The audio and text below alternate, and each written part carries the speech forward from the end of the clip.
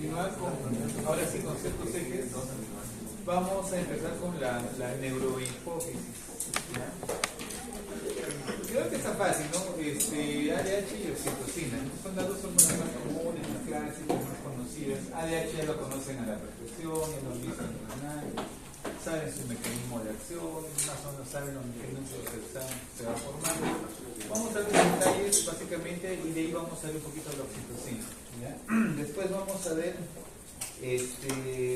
a la prolactina, ya que es otra hormona que sí me gustaría que la analicemos. Después un poquito la glándula pineal, ¿ya? Y la hormona de crecimiento, que vendría a ser la hormona más interesante por la complejidad de acción que tiene la hormona de crecimiento. Entonces vamos a empezar un poquito con la ADH y la oxitocina. ¿Ya? Antes de ello vamos a continuar nosotros y vamos a ver. Amado Padre en los cielos, nuevamente gracias por tenernos con bien. Vamos a seguir conociendo y aprendiendo lo que tú dejaste.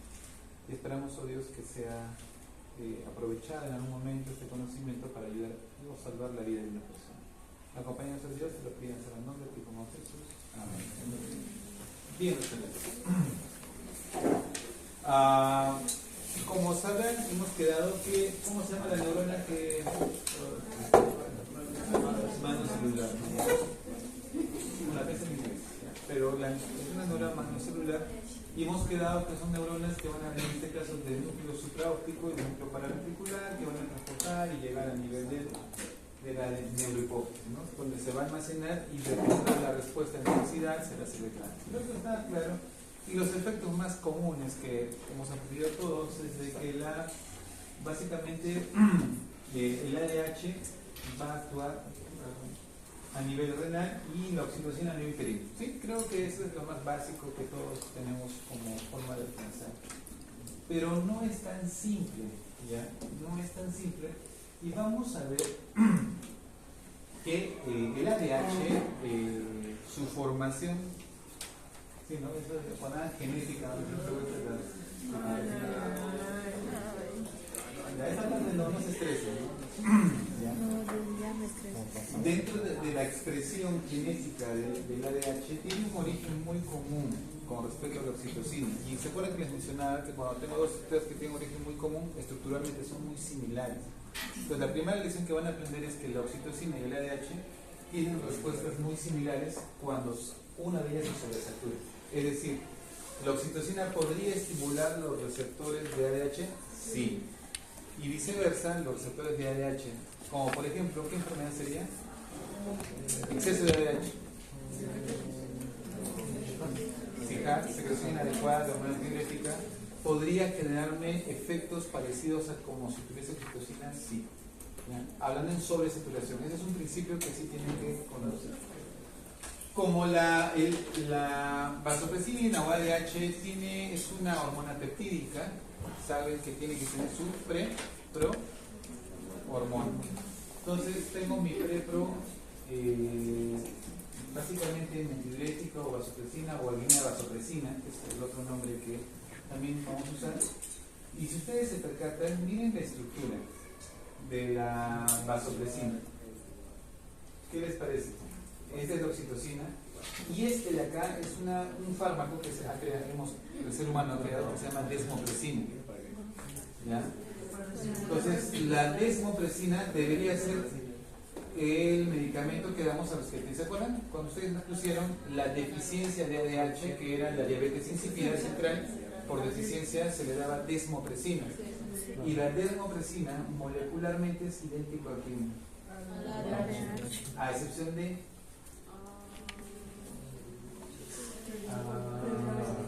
acá tienen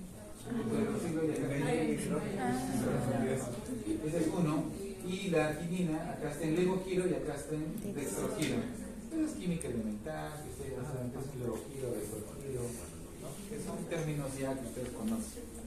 Pero médicamente idénticos, ¿sí? Desmopresina. Hasta que surgió el PCR. ¿Qué es el PCR? No la proteína C reactiva. La prueba de replicación, ¿no? Donde tú puedes replicar. ¿sí? Donde yo puedo replicar códigos genéticos y generar una proteína idéntica a la original. ¿Ya? Entonces, desde que surgió eso, actualmente se está creando ya líneas vasopresinas humanas idénticas. Entonces, es como la insulina. Antes la insulina nos sacaba de los animales, ¿no? Puede ser de un cerdo, de una vaca, ¿sí? Y eso es lo que usábamos para tratar a los pacientes diabéticos. Hasta que, mediante el PCR, la famosa reacción en la cadena de la polimerasa, ¿sí? Logramos nosotros generar cadenas idénticas y actualmente tenemos insulina humana, o sea, netamente codificada de la insulina propiamente de los seres humanos. Y lo mismo ha pasado, por eso es que hay desmopresina, sí, porque su efecto es muy similar, pero también ya sacaron medicamentos similares a la línea vasopresina, ¿sí? Ahora, ¿qué sucede con la oxitocina? ¿En qué ha cambiado? Por ejemplo, ¿son idénticos? Exactamente sí, a excepción de dos aminoácidos. ¿Qué es esta? Leucina, ya. Entonces, uno. Y acá, arginina. Ya, este es leucina y este es leucina. Entonces, solo he cambiado dos. Yo les hago una pregunta. Molecularmente, los receptores, básicamente, ustedes saben que hay un segmento de la molécula que es el que va a encajar. Entonces, si nosotros vamos a eso estructuralmente, casi son similares. ¿Ya? Ahí viene ese principio que les digo, o sea, el exceso de oxitocina puede estimular los receptores de adrenalina porque son casi idénticos, ¿ya? Casi idénticos, no iguales, por ahí vamos. Entonces mi preprohormona se va a formar, ¿listo? Lo voy a desprender, voy desprendiendo hasta que al final tengo el producto que yo voy a usar, ¿listo? Ya esta es una cadena enzimática de la formación, que ustedes ya lo van a leer. Pero lo que quiero que nosotros entendamos es lo siguiente. La oxitocina como tal, que está producida, recuerden que los dos se producen en el núcleo supraóptico y paraventricular. Uno produce más, el paraventricular es ADH, más ADH, y el supraóptico es más oxitocina, pero ambos pueden producir. Entonces, esas reacciones cruzadas sí se va a dar. Por ejemplo, los pacientes que tienen CIHAC en mujeres, se ha visto que pueden tener efectos de dolor más intenso a nivel de contracciones uterinas o de los patrones menstruales que tienen como dolores cólicos, por ejemplo. Uno se pregunta, ¿y por qué? Y ahora entienden el por qué, ¿no? La reacción es cruzada. Bien, recordemos que la regulación del ADH básicamente va a ser por estimulación de osmolaridad, ¿sí? ¿Se acuerdan? Y lo que es volumen y presión es en segundo plano, porque la aldosterona es la que actúa por volumen y presión, recordando las clases que hicimos anteriormente. Por tal motivo, la osmolaridad viene a ser el primer gatillo por el cual se va a estimular la secreción a nivel hipotalámico y estímulo los núcleos básicamente paraventricular para la formación y secreción de hormona antidiurética. Entonces, observemos aquí. Si nosotros vemos aquí mi núcleo paraventricular y va a recibir básicamente mediante estímulos osmóticos, ¿no?, la respuesta si es que yo secreto o no a nivel de estos núcleos, ¿ya? Y se da la respuesta de secreción. Ahora, doctor, ¿y la presión realmente podría generarme? Sí. La alteración de la parte de los vasoreceptores que tenemos a nivel de las partes carótidas, ¿no?, de las ubicadas a nivel del sistema vascular, sí podrían generar una respuesta, pero es baja. Lo que sí se ha visto es que el sistema de aldosterona sí puede estimular directamente por la angiolina, vasopresina, ser estimulado por la angiotensina 2. ¿Ya? Eso sí se ha visto, que la angiotensina 2 también puede estimular la secreción de mayor volumen de ¿qué? De ADH. ¿Ya?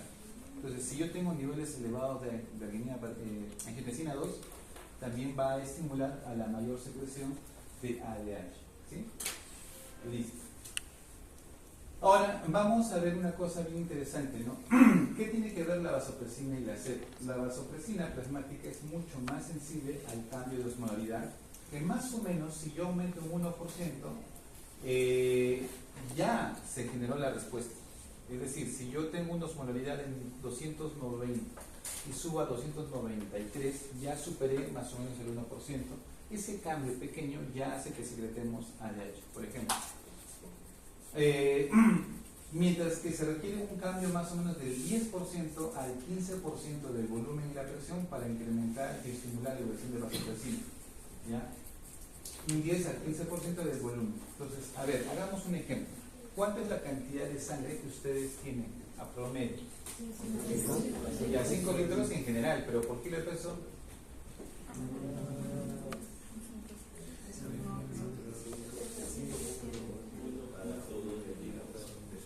No, pues ¿cuánto tiene de sangre por kilo de peso? 2,4. Ya, si fuese 2,4, ¿cuánto pesa usted, doctor? Yo. Claro, digamos, si pesa, ya, digamos que pese 60 kilos, 60 por 2,4, ¿cuánto sale? Es un peso de 70, pero el 2,4. No. No, pues eso, por kilo de peso. No, No va por ahí, entonces, ya.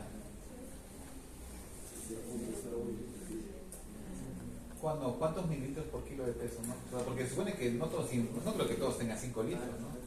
Su compañero que mide 1,80 m,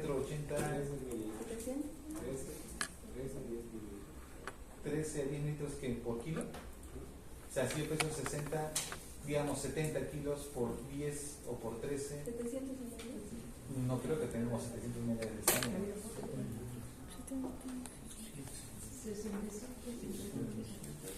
¿Cuánto? 65 a 70 mililitros de sangre por cada kilogramo de peso corporal. Ya, pongámosles ya, 65 a 70, ya, pongámosles 70. Ya, 70, si yo peso 70 kilos, ¿cuánto sería? 4,900, ¿no? O sea, casi 5 litros. Entonces, sí, si lo quieren calcular en función al peso, sí, pues más o menos 65 a 75, 70, pónganle 70 mililitros por kilo, ¿no? Entonces, ya, tenemos 5 litros según lo que han calculado. Si hemos perdido el 10%, ¿cuánto es el 10% de 5 litros? 500 mililitros. Y el 15% sería litro y medio.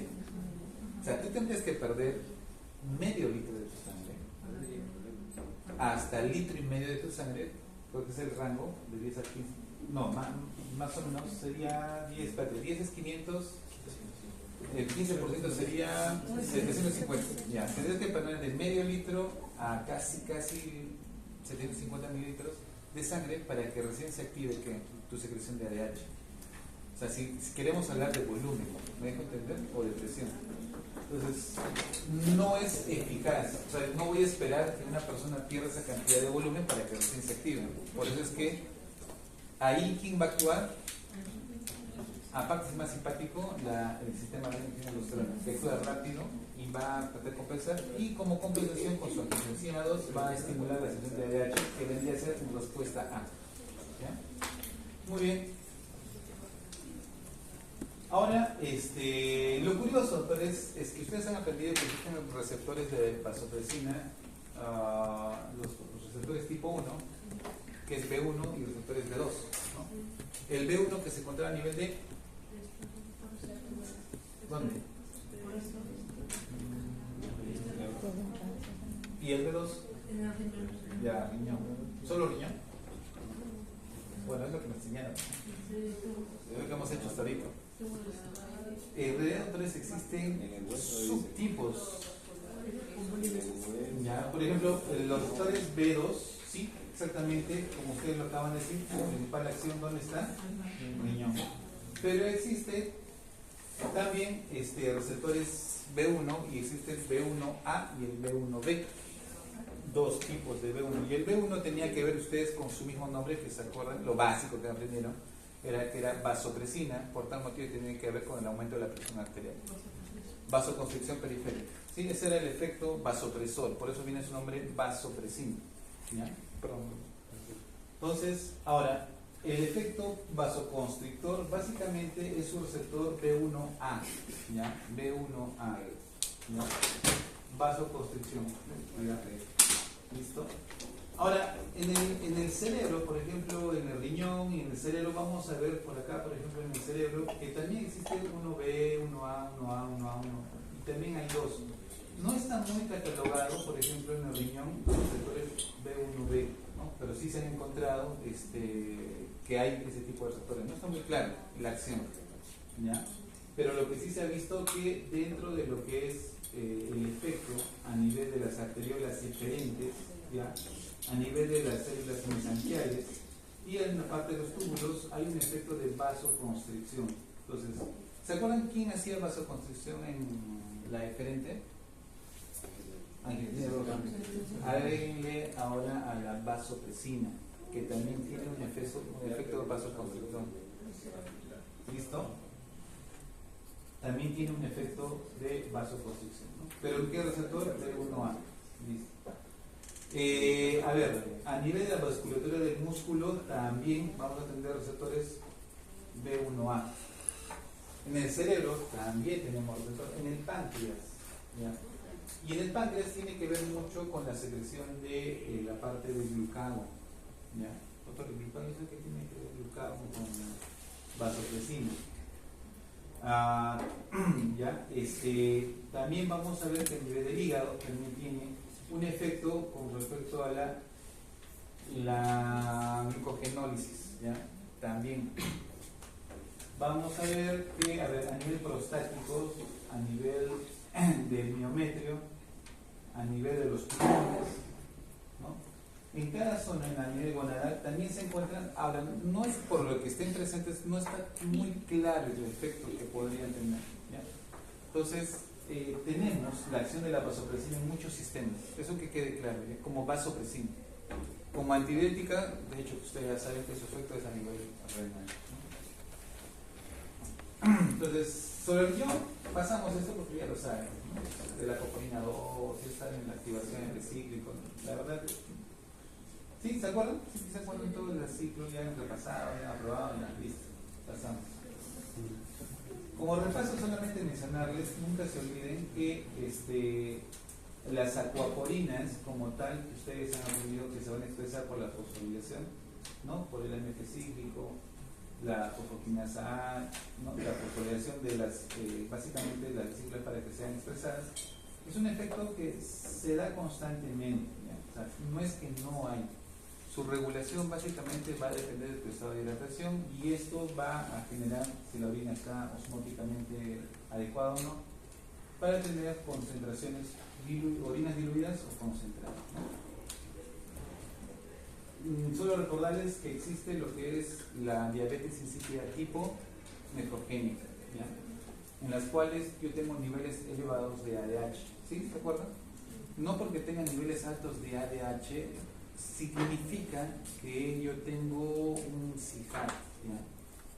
La diabetes insípida nefrogénica también tiene el ADH elevado, pero no significa que tenga buena producción o buena presentación de apocorina tipo 2.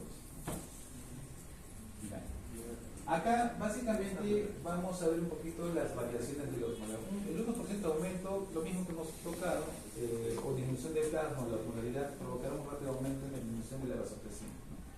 En pocas palabras, 1%, osmolaridad, ¿ya? Pequeños aumentos de la osmolaridad plasmática producen una orina concentrada y pequeñas disminuciones producen una orina que va a estar básicamente más diluida. ¿Sí? ¿Se acuerdan eso? Si mi sangre está concentrada, ¿cómo va a estar mi orina? Concentrada. Y si mi sangre está, mi osmolaridad más baja, mi orina también su osmolaridad va a estar más diluida, ¿sí? Siempre esa proporción. Cuando la vasopresina está ausente, más o menos, dice que nosotros deberíamos orinar entre 18 a 20 litros de orina al día. ¿Qué es lo que vendría a ser la diabetes insípida? Sí van a conocer pacientes que orinan así. Sigue habiendo pacientes así, no van a ver. Entonces son aquellos pacientes que cada rato están orinando. Y sí, y juntan galones. Si tú dejas galones, por lo menos unos 4 galones pueden orinar todo el día. Ya 18 a 20 mililitros por lo menos al día de orina. Ya lo mismo, pequeños tomos de osmolaridad en la osmolaridad plasmática inducen cambios también en la liberación de hormonas diuréticas, ¿no? Lo mismo que hemos comentado, solamente que acá un poquito más explicado. Para esto, ustedes, doctores, tienen que dominar el cálculo de la osmolaridad ¿ya? De la tonicidad y lo que era el suero, ¿no? Diferencia entre osmolaridad y tonicidad, ¿cuál era?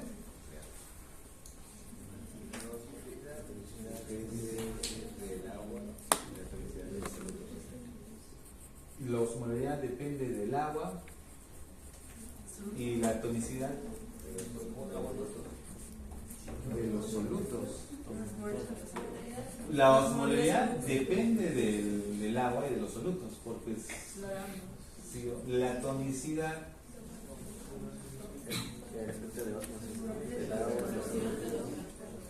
¿por qué el término tono? No tono musical, no tono.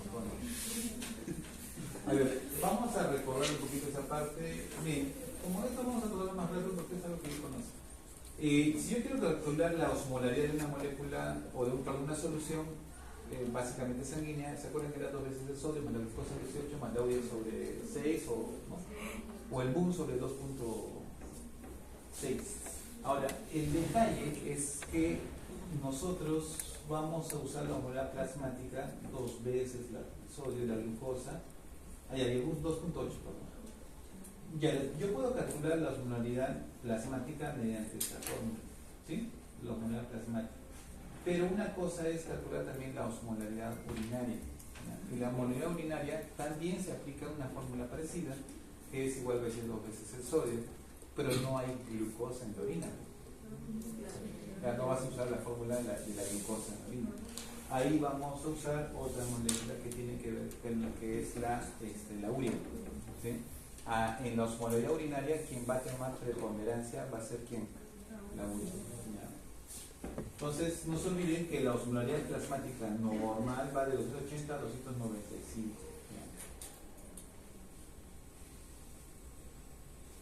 Lo mismo que hemos tocado. Ya. Acá vamos a ver algo bien interesante.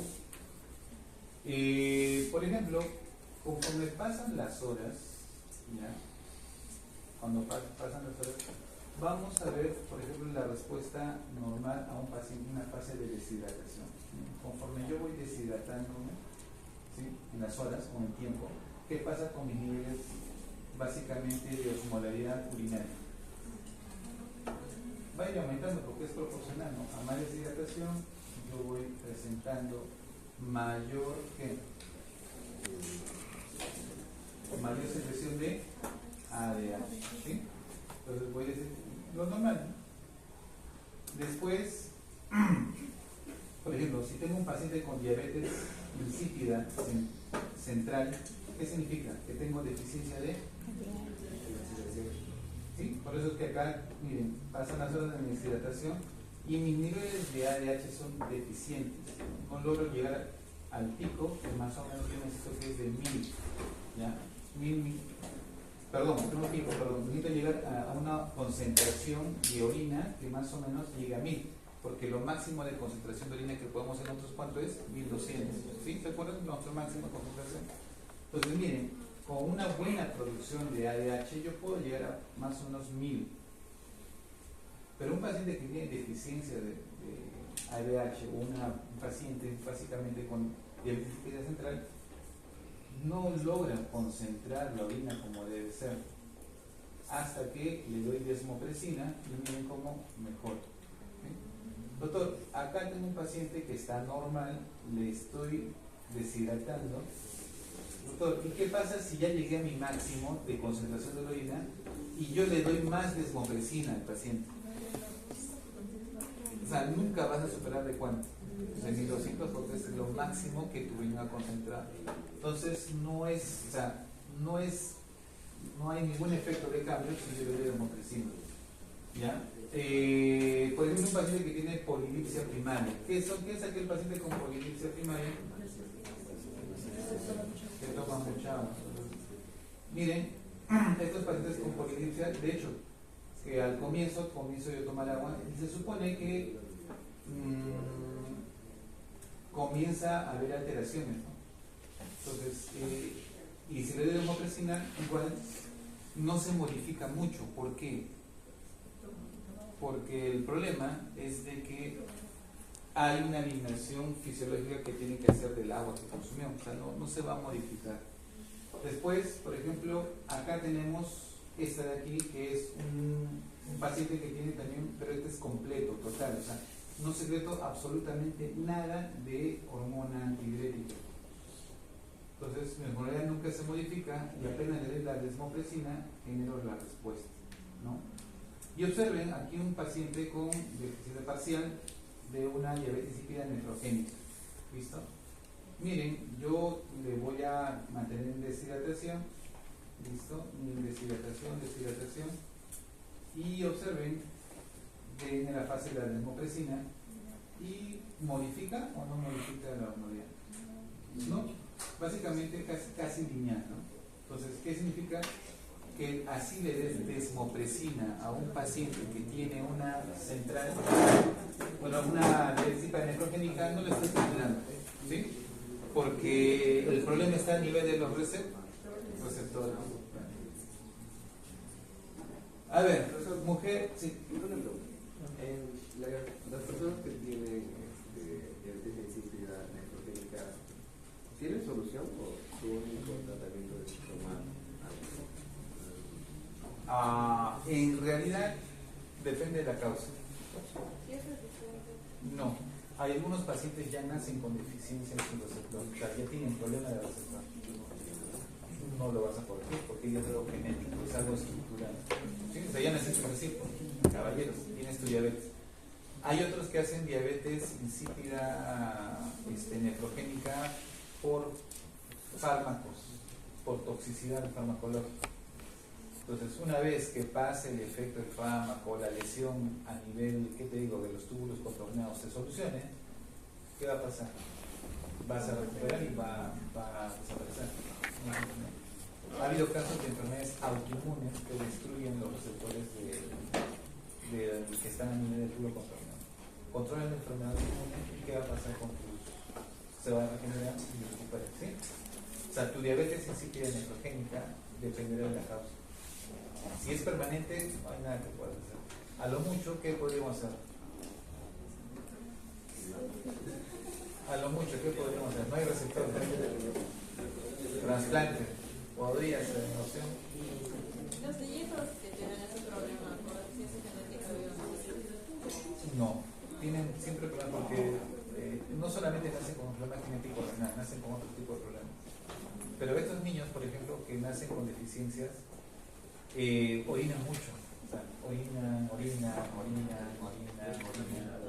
Y están tomando agua. O sea, básicamente su vida va a ser eso, darles agua, tomar, nada más.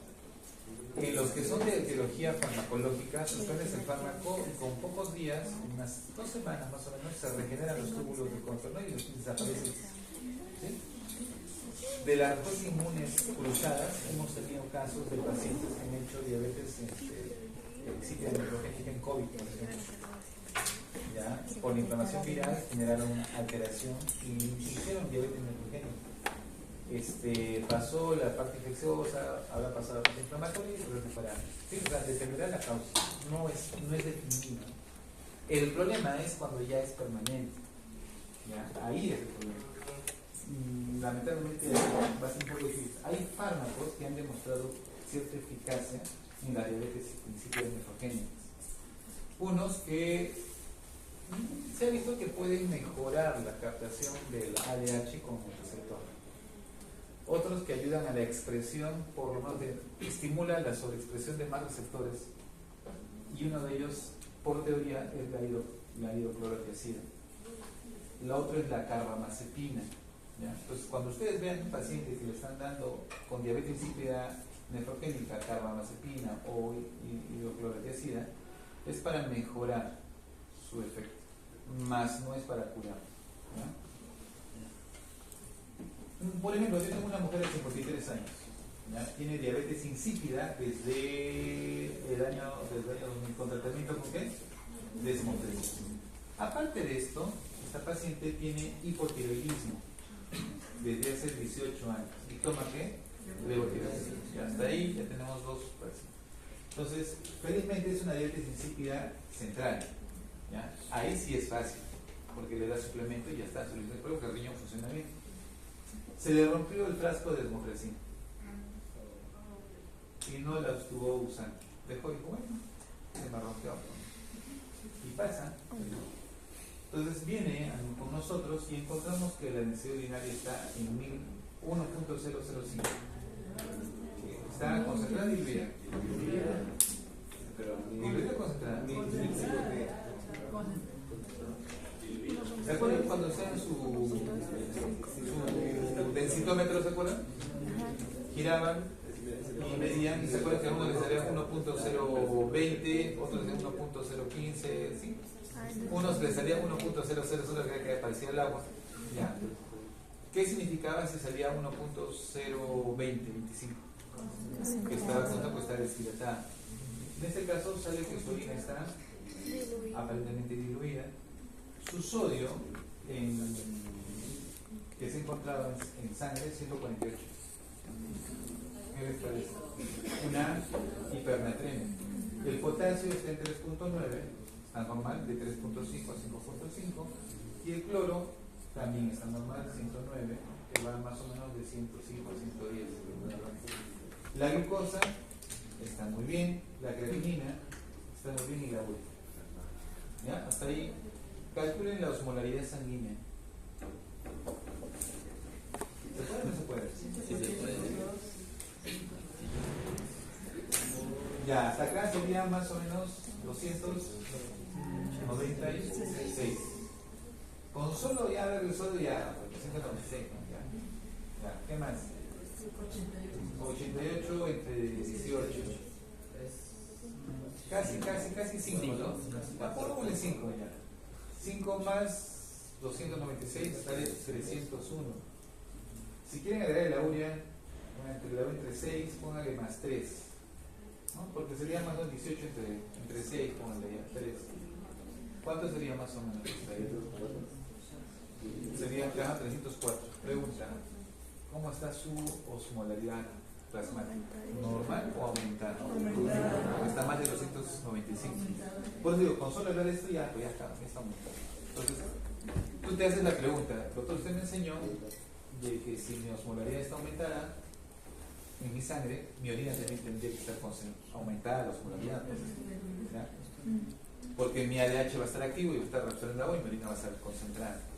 Sangre concentrada, orina concentrada. Pero me dio la sorpresa de que mi sangre está concentrada, pero mi orina está diluida. Entonces quiere decir que ahí hay un problema. ¿Sí? ¿Cuál sería el problema? Que su diabetes insípida está actuando. Que no hay ADH, por tal motivo el paciente está comenzando a perder agua y la orina se va a diluir. Y al perder el agua, ha concentrado más su sodio, ¿no? Y eso explicaría el fenómeno que nos encontramos con el paciente. ¿Ya? ¿Listo? Sí, podría ser un eco, ¿no? Muy bonito, simple, sencillo, perfecto, ustedes, ¿qué pasó? Pero así no, esto es muy simple.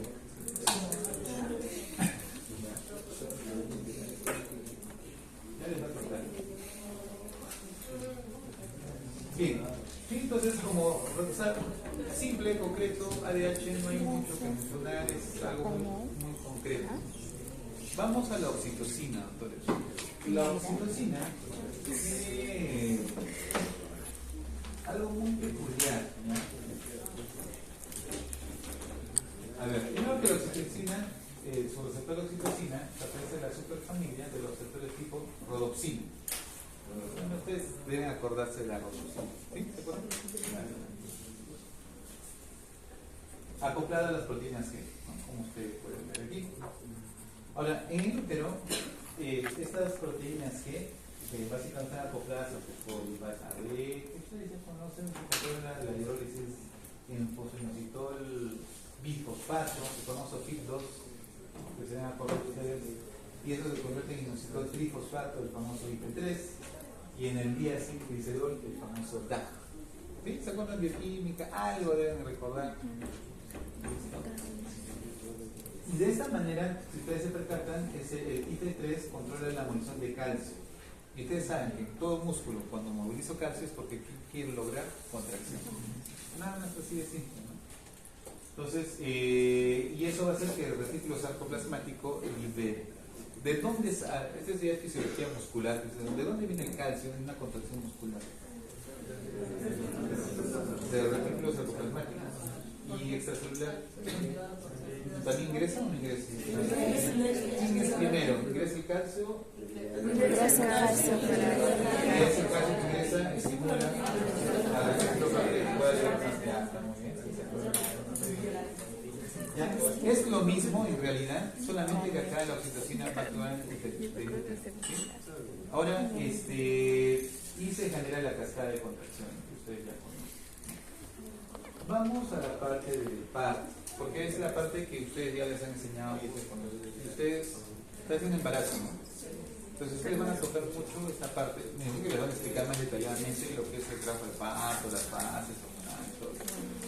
Pero un ejemplo para que ustedes entiendan, la dama, por ejemplo, en sus ciclos menstruales que ustedes tienen, aunque no lo crean, también tienen incremento de secreción de oxitocina. ¿Ya? Unas damas más que otras, ¿ya? Y es por eso que cuando se secreta oxitocina y llega a su útero, en su fase menstrual, ¿no? Cuando van a empezar la menstruación, porque lo que quiere hacer el útero, ¿qué es?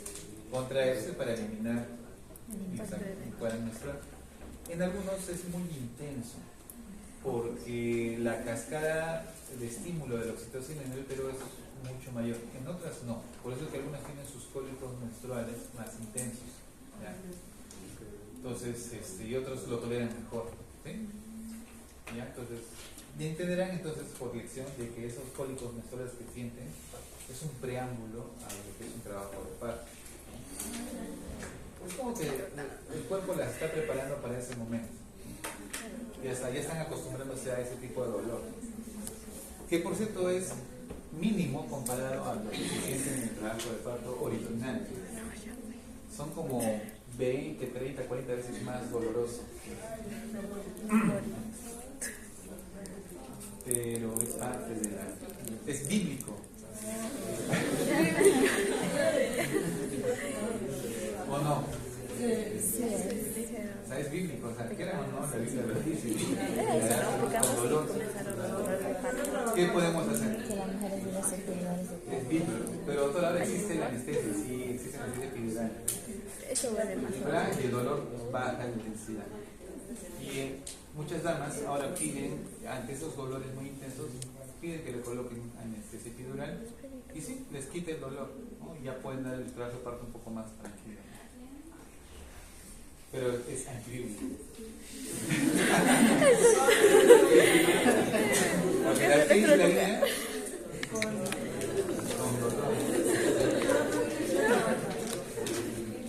Una broma, ¿no? Pero, o sea, es como que a los que ven hacer textualmente dicen, no, pues la Biblia dice que tiene que ser con dolor, ¿por qué te estás quitando el dolor? ¿No? Sería una forma de bueno, a ver, doctores, en el trabajo de parto, recuerden que hay un principio. ¿Qué inicia el trabajo de parto? Es la pregunta que siempre le van a decir. ¿Cuál es, o sea, cómo es que el bebé, o sea, está creciendo y cómo es que se inicia el trabajo de parto? Dice, ya estoy listo, voy a salir. ¿Quién es el responsable? ¿El bebé que manda una señal o la madre que genera ya una respuesta ante un estímulo? El bebé, uno dice que es estímulo mecánico. O sea, que el bebé crece y llega un momento en que cuando la cabeza encaja, tienes una respuesta mecánica y esa respuesta mecánica inicia el trabajo de parto. Otros dicen, no, el bebé secreta ciertas sustancias que llega a la mamá y empieza el trabajo de parto y lo acomoda al bebé. Ya, podría ser, ¿no? Entonces, ahí surge la pregunta. Y la teoría básicamente es que sí, efectivamente el bebé en algún momento genera una respuesta, porque hemos tenido casos de mamás que el bebé crece y no quiere salir, ¿no? Llega a sus 42 semanas y nada, 42, ya estamos llegando a las 43 y nada, no quiere salir. Y uno dice, pero si es por tamaño, debería iniciar el trabajo de parto. Y a veces el bebé ya está encajándose y nada, no inicia el trabajo de parto. Entonces muchos cuestionaron esa teoría, ¿no? de encajamiento, lo cual no es que no sea real, pero ha habido situaciones que no. Entonces, lo otro que se ha visto es que el bebé genera ciertas sustancias que van a estimular. Y una de ellas son las prostaglandinas, ¿ya? El incremento de prostaglandinas en el cuerpo de la madre genera el inicio del trabajo de parto, específicamente la contracción uterina. Entonces la oxitocina no trabaja sola, no es que voy a oxitocina y contraigo el útero, también hay efectos en conjunto. Y entre eso vamos a tener a los estrógenos, la progesterona, la relaxina y las prostaglandinas y la oxitocina son hormonas afectadas en gran medida con el inicio y el mantenimiento de ¿quién? Del trabajo del parto. O sea, la oxitocina sola no puede hacer muchas cosas. Se también contraen, pero yo necesita de otros componentes. Estrógenos, progesterona, relaxina, prostaglandinas, ¿ya? Y todos ellos en conjunto van a trabajar. Los estrógenos y la relaxina y las prostaglandinas están involucradas con la maduración cervical. ¿Qué es maduración cervical?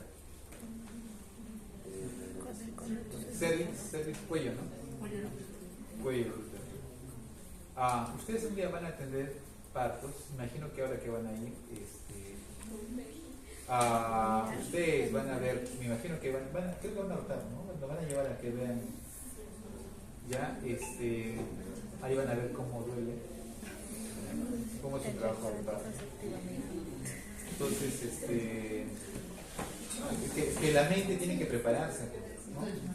Los varones verán lo que va a sufrir su pareja cuando tenga su esposa, todo cómo tienen que atender en ese momento y apoyarla, ¿no? Y las damas irán pensando, así eso me va a pasar, así que me voy mentalizando. ¿Ya? Nada que no quiero tener hijos, nada de verdad. Es bíblico. ¿Qué dijo Dios? Poblar, ¿no? Poblar la tierra. Ya. A ver, ¿qué sucede? ¿Por qué es importante la maduración cervical? Doctores, ¿se imaginan ustedes, que empieza a contraerse el útero y el cuello del útero esté duro y comience a contraerse el útero, pero el cuello, donde es la salida, donde debe ir la parte, esté duro y no se abre? Lo que va a suceder es que en tanta contracción el útero se pueda romper. Y sí ha habido casos de ruptura uterina por hipercontracción, por exceso de oxitocina. ¿Ya? Se rompe y el bebé ya no sale por donde tiene, se va a peritonear. Ya, eso se llama rupturas uterinas, ¿no? En su mayoría provocada por los médicos. ¿Por qué? Porque hay un procedimiento que se llama inducción de trabajo de parto, donde yo le pongo oxitocina por la vena y yo tengo que calcular la dosis para ir provocando yo el trabajo de parto, porque hay damas que no tienen deficiencia de producción de oxitocina y el bebé no va a salir, hagan lo que hagan. Entonces yo le pongo oxitocina y comienzo a titular. Entonces, y se titula en gotitas, gotitas. O sea, ahora usamos bomba de infusión, antes no había muchas bombas de infusión, ¿no? Hay programas, la máquina y solito va botando las gotitas. Pero antes no, tú ponías, así calculabas tus gotitas, tú estás como interno con tu reloj contando las gotitas. Y tenías que estar parado para que nadie toque tus gotitas. ¿Por qué? Porque sí ha pasado, ¿no? Por ejemplo, yo me acuerdo un caso en el cual tus programas eran gotitas, ¿no? ¿Cómo se siente? Sí, y vienen las contracciones. Con esa cantidad de gotitas se contrae duro. Y dices, ya, listo, ahí vamos a dejarlo para que no se contraiga. A veces ha pasado, y verdad, fuera de bromas, viene el familiar y dice, oye, pero, y viene ese concepto, si es el suero, ellos no saben qué es el oxitocina diluida en un suero de litro. Ese es suero. No, mira, no, si el suero está cerrado, lo abren y se van. Y la dama comienza a hacer unos gritos que ya se imaginan, si el trabajo de parto duele, ya se imaginan el dolor que lo produce. Y tanto es la contracción del útero que se puede romper. Entonces, ¿por qué les hablo de esto? Porque la oxitocina se puede usar. Nosotros podemos manipular el trabajo de parto, por si acaso. El médico tiene esa capacidad, esa función muchas veces, pero hay que saberlo hacer. Listo. El cuello, sí. Perdón, doctor, una pregunta. ¿En qué casos se podría preferir una cesárea hacer eso? No, es que la cesárea tienes que hacerlo cuando básicamente el producto no va a salir. Uno, la ubicación. Está en podálgico, está en transversal. Uno, la relación pelvis-feto. Te digo producto porque es el producto de la concepción. ¿Ya?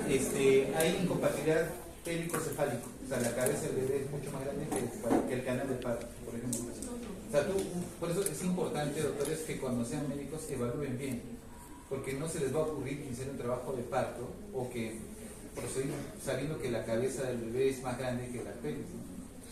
Entonces, cuando ustedes hagan el curso de ginecobstetricia, ustedes van a aprender a evaluar eso. O sea, y si lo evalúan mal, por ejemplo, no, por ustedes está bien, cuando el bebé está de tamaño tal, si va a salir y pasa 12 horas, 24 horas y el bebé hace sufrimiento fetal y le pasa algo al bebé, ustedes van a ser denunciados. Así, ¿ah? Y en el juicio, por ejemplo, hay un médico que se está encargando de todos los pagos hasta. Señor juez, todo lo que tiene que pagar todo. O sea, porque el niño nació con retardo mental, tiene deficiencias, tiene que mantener. O sea, en pocas veces el papá de ahora es el médico. Porque el juez ordenó de que él tiene que pagar todos los gastos. Entonces, ¿por qué? Porque el doctor hizo una mala valoración, hizo que haga sufrimiento fetal y hizo daño cerebral. Entonces, a nadie le va a gustar que tu hijo, alguien que te atiende el parto, le causes un niño sano y que por una mala decisión médica quede con retardo mental tu hijo, ¿no? O sea, a nadie le va a gustar eso. Y por eso es que es un juicio muy... Entonces, valoren bien. Entonces, muchos médicos, a veces, como no pueden valorarlo bien, dicen, no tengo dudas. Ante una duda, se sabe. Entonces, o sea, si vas a ser ginecobstetra y quieres no complicarte la vida, pues es cesárea. Lamentablemente, doctores, la pregunta del doctor es muy, muy interesante porque actualmente todo es cesárea. Doctor, ¿cómo quieres darlos? Hasta ver cesárea. En realidad no es correcto, en realidad, ¿no? El parto debe ser natural. No, sino que el parto natural es fisiológico y todo lo que es fisiológico es bueno. ¿Por qué? Porque le hace estas oportunidades y chances o sea, cuando ustedes hagan la fisiología del parto y en pediatría hagan la adaptación fisiológica del nuevo ser, tiene todo un proceso de adaptación, cómo se activan sus hormonas, la parte respiratoria depende de los. Hay varios procesos, ¿listo?, que no se cumplen cuando es el parto es por cesárea. Yo no estoy diciendo que los que nacieron por cesárea tienen deficiencia, ¿no?, sino que básicamente lo que estoy diciendo es de que tiene su función, ¿ya? El problema de la cesárea es de que está bien, te hacen una primera cesárea y te hacen una segunda, pero ya es más difícil hacerte una tercera o cuarta, porque el riesgo de ruptura uterina es mayor. ¿Te imaginas? Inicias tu trabajo de parto con tu segunda cesárea y las cicatrices, todo eso, y comienza la contracción y por ahí se rompa por donde estuvo. Que ha habido casos también. Entonces, la literatura menciona que lo máximo que pueden hacer son 3 cesáreas, máximo. Para ustedes es normal, porque creo que aquí solo van a tener un hijo, nomás 2 hijos, pero máximo, que es la tendencia actual de la generación. ¿Por qué? Ahora sí, ¿por qué maduración sexual? De la cervical, perdón, ¿no? ¿Por qué la maduración de la cavidad del cuello uterino?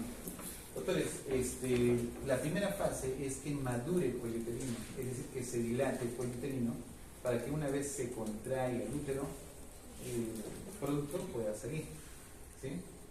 No al revés, no es que se contrae el útero y recién o sea, tiene que dilatarse, ¿ya? Entonces, por eso que nosotros cuando evaluamos cuando viene el doctor ya se hace el trabajo de parto, pero las contracciones que viene una mujer con trabajo de parto son contracciones muy sutiles. Tú le pones tu manito en la barriguita y haces que se pone duro, pero son muy suaves, muy tolerables. ¿Por qué hace esas contracciones tan suaves y tolerables? Para que madure ¿quién? El cuello. O sea, es muy suave, es como que empuja un poquito y el cuellito se va madurando. Pero el cuello se va a madurar básicamente por los estrógenos, la relaxina y por quién? Las prostaglandinas. Es decir, doctores, que estas prostaglandinas, la relaxina y el estrógeno van a hacer que madure el cuello, ¿sí? Una vez, por eso es que nosotros nos ponemos el guante y hacemos y examinamos. A ver, ¿cuánto ha dilatado? qué tanto ha madurado ese cuello y qué tanto se está dilatando. Si se ha dilatado, quiere decir que ya maduró y se está comenzando a dilatar hasta el número de 10, que es la medida de que tiene que llegar. Y una vez que llega a 10, ahí le decimos a la mujer que ya debe, ahora sí, cuando dice la famosa frase, puja, ¿no? Puja, puja. ¿Por qué le decimos puja? Porque ya dilató el cuello totalmente, ¿me dejo entender? Y ahora no hay ningún riesgo de que pase algún incidente con el bebé o que sufra al momento de salir. ¿Correcto? El otro riesgo son los desgarros. Cuando no ha madurado bien el cuello o no hay una buena dilatación, se rompe.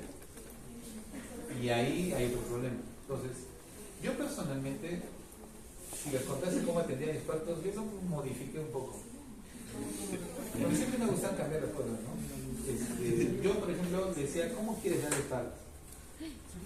Sentada, vertical, echada en una cama, vertical, siéntate. Me avisas cuando sientas contracciones. ¿Qué tal? Pues sí, tranquila, ya, ok. Doctor, ¿ya quiere salir? Tranquila, relájate. El cuerpo sabe en qué momento. Examinaba y ya estaba dilatando. Y ya estaba en 10. Y yo no le decía ya puja, decía cuando creas conveniente, solito va a nacer. Porque es fisiológico. Y ya me iba, revisaba, todo está saliendo, ok. Y de repente comenzaba a ver que salía, y sí, y ahí comencé a ver la cabeza que salía, y ya, en vertical lo recibía. Y ya, normal, y ya está, cortar el cordoncito, listo. Y extraer al paciente y terminar el reparto. Yo lo hacía de esa manera, no la obligaba y la estresaba a la mamá, que sea su mamá y le decía a su esposo que, bueno, si se lleva bien con mi esposo, ¿no? Que la acompañe. O a la mamá, que era muy típico. Entonces, ¿por qué les digo esto? Porque cuando el cuerpo sigue su secuencia, estos procesos se dan de forma natural. ¿Qué es el parto? Ustedes van a ver que ahora el parto lo dan vertical, ¿sí? En esta posición. Y siempre yo me hago la pregunta, la gravedad es un factor que ayuda mucho al trabajo del parto. O sea, la gravedad del peso. Pero te imaginas que estás echada, el bebé por gravedad se quiere quedar ahí, tú comienzas a contraer, aparte tienes que vencer dos fuerzas acá. Uno, que es empujarlo, y otro que es el peso del mismo bebé que va para abajo. Entonces ya tienes que hacer mayor fuerza. Y yo me di cuenta en mis serums que las mujeres que yo les hice dar el parto vertical no hacían mucho esfuerzo, porque aparte que empujaba había una gravedad y el bebé salía muy bien. Entonces dije, a partir de ahí dejo el parto y atendí a todos mis pacientes con parto vertical, y ninguno se me complicó. Y mis compañeros que atendieron con parto, ahora, pero tienen que saberlo hacer, ¿no? No es que el doctor le ha dicho así, a que yo voy a hacer también lo mismo, no. Tienen que saber, porque, o sea, yo lo hice por ciertas cosas que deducen, ¿no? Pero el parto horizontal, ya, es un parto muy incómodo para la dama. ¿Sí? Yo he visto que es muy incómodo, porque primero que se echa, segundo que estás con las piernas ahí abiertas, estás ahí como que no ves nada, ¿no? Cuando es parto vertical, yo he visto a las damas se frotan su barriguita, están así y van viendo, ¿no? Cómo va saliendo el bebé. No sé, yo lo veo más fisiológico. Y la otra cosa que más bien he visto yo es que cuando dan el parto horizontal, dice, ya estás en 10, ya a veces dice, ya como estás en 10, ya empieza a pujar, ¿no? Empieza a pujar, comienzan a pujar, y en eso que están pujando, por ahí de repente no estuvo bien medido porque tienes que saber medir, y dices, según tú ya estaba dilatado, y de repente, ¿qué pasa si te equivocaste? Y empieza el desgarro. Entonces, como les pasaba a muchos que tenían parto, yo quiero entenderlo así, y se les desgarraba, crearon una técnica que se llama la episiotomía, que agarran y cortaban, o sea, justo salió la cabeza, y antes que pase todo eso, le cortan el labio. Un corte así más o menos profundo, así. Y eso aumentaba el canal, y de esa manera evitabas que causes desgarro, ¿no? Y hubo una tendencia de episiotomías, por eso hay una generación de partos que los han atendido con pura episiotomías. Y no duele, porque no les duele cuando cortas, y eso sin anestesia. Es que es tan intenso el trabajo de parto que ese corte sin anestesia ni siquiera lo percibes. Para que entiendan cómo es el dolor del trabajo de parto. ¿Ya? Entonces, y no, sin verdad, doctor, que me ha cortado, sí, te he cortado. No me he dado cuenta de eso, porque el dolor de parto superaba el dolor del corte. ¿Ya? Entonces, después ya le ponías anestesia para suturar, ¿no? Entonces, yo personalmente en mis partos que he atendido, ninguno se desgarró, ninguno de los 32, ninguno. Y yo no he estado ahí, no he hecho episiotomía. O sea, ¿me dejo entender? Entonces, yo entendí de que si tú dejas que las cosas vayan a su ritmo, a su tiempo, claro, midiendo bien, cuidando bien todo, el bebé tiene que salir, ¿no? Es fisiológico. Yo no me imagino un Dios que ha creado un canal de parto que tenga deficiencias para hacer episiotomía, ¿no? O sea, no lo veo fisiológicamente lógico, ¿no? Yo pienso que un Dios que sí creó todo perfecto, ¿no? Solamente que nosotros somos los que lo alteramos. ¿Y por qué pasa eso? Porque en el sistema de salud que nosotros tenemos, a veces se atiende partos y a veces por el tiempo se acortan procesos, ¿no? Entonces, ustedes cuando hablan ginecobstetricia les va a parecer muy interesante. Entonces, la maduración cervical es importante, ¿ya? La maduración cervical es importante. Las prostaglandinas, la progesterona y la oxitocina están más involucradas en la regulación de la contracción miométrica. Entonces, no se olviden, prostaglandinas, maduración del cuello cervical. Oxitocina, más está involucrada en ¿qué? Contracción miométrica, ¿no? En maduración cervical, estrógenos, y en contracción de la parte del útero, progesterona. Acá entra un punto, doctores. A mí me pasa muchas veces cuando era interno, también así de estudiante, de que sí podemos provocar la maduración cervical. ¿Qué le daríamos? Si yo quiero provocar. Ya, esta mujer tiene 42 semanas, estamos llegando a las 43 semanas y no inicia trabajo de parto. Yo voy a provocar el trabajo de parto. Mi primera fase, ¿qué tengo que hacer? Madurar el cuerpo. ¿Qué le voy a dar? Por sí ya tiene estrógenos, porque ya relaxina también, pero lo que le voy a dar que es prostaglandina. Y hay un medicamento que se llama el famoso Cytotec o misoprostol. ¿Escucharon? ¿Ah, escucharon? No. El misoprostol fue creado para la gastritis. ¿Cómo, no? Para las úlceras. Ustedes saben que las prostaglandinas producen el moco digestivo, dicho gas. Ya. ¿Qué hace? ¿Qué estimula que produzca moco digestivo? Ya, las prostaglandinas. A más prostaglandinas, más moco y más protección ante las úlceras digestivas. Hay que darle prostaglandinas. Y en verdad se les comenzó a dar y las damas y varones decían, qué alivio, ¿no? Pero después observaron que las damas comenzaban a abortar. Dicen, algo está pasando.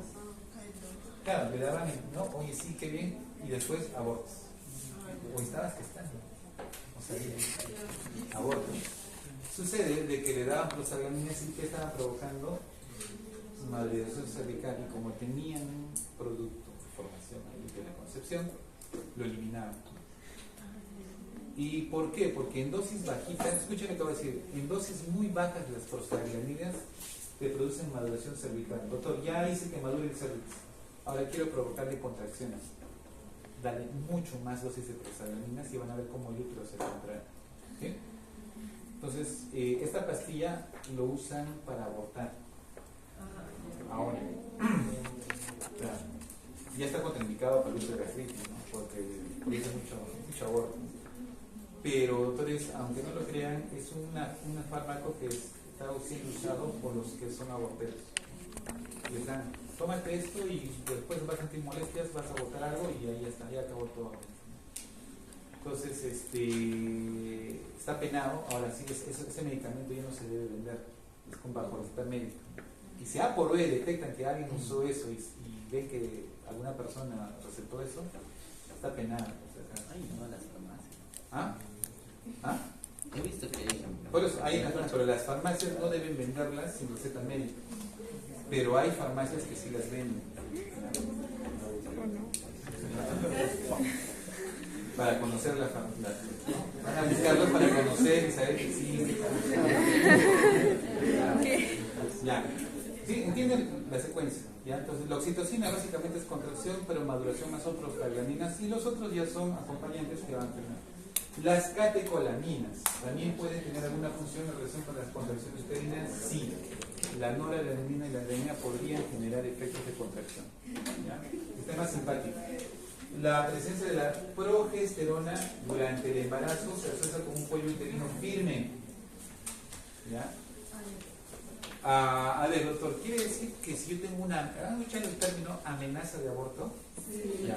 Significa que el bebito está creciendo y de repente el cuello se comienza a debilitar. Si se está debilitando el cuello, ¿qué significa? Que va a abortar. Algunas damas hacen abortos espontáneos. Entonces, ¿qué dicen? No, van al médico y no tienes una amenaza de aborto. O sea, estás empezando a dilatar tu cuello. ¿Qué le vamos a dar? Anti. ¿Y quiénes son antiprostaglandinas? Los AINES. Entonces, tratamiento AINES, diclofenaco, por ejemplo.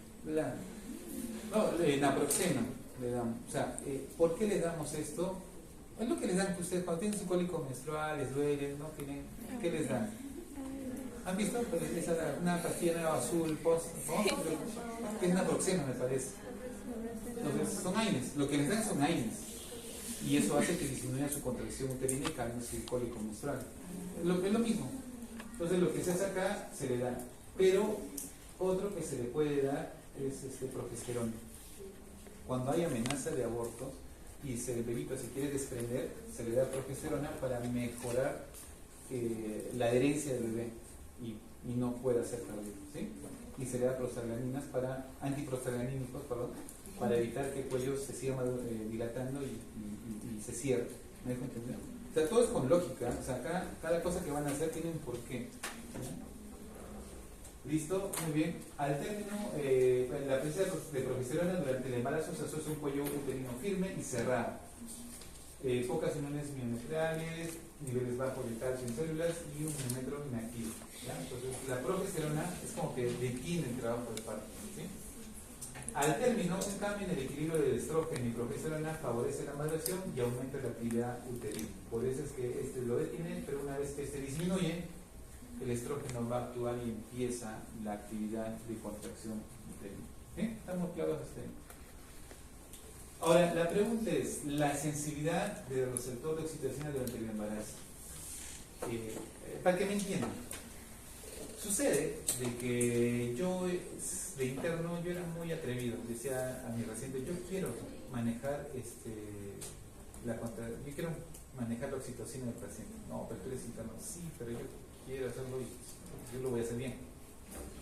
¿Confiamos en ti? Sí. Entonces yo estaba ahí con mi reloj calculando y en verdad, y empezaba la contracción, ¿no? Sus 5 contracciones muy intensas, genial, ya maduró el cuello, ahora sí, que empiece. Y comenzaba a empujar, y de repente pasaba 20 minutos y las contracciones bajaban. Yo decía, pero ¿por qué bajó? Una hora y bajaban las contracciones. Y otra vez. Y venía el doctor y me decía, aumentale la dosis. Le aumentó un poquito más. Y otra vez empezaba.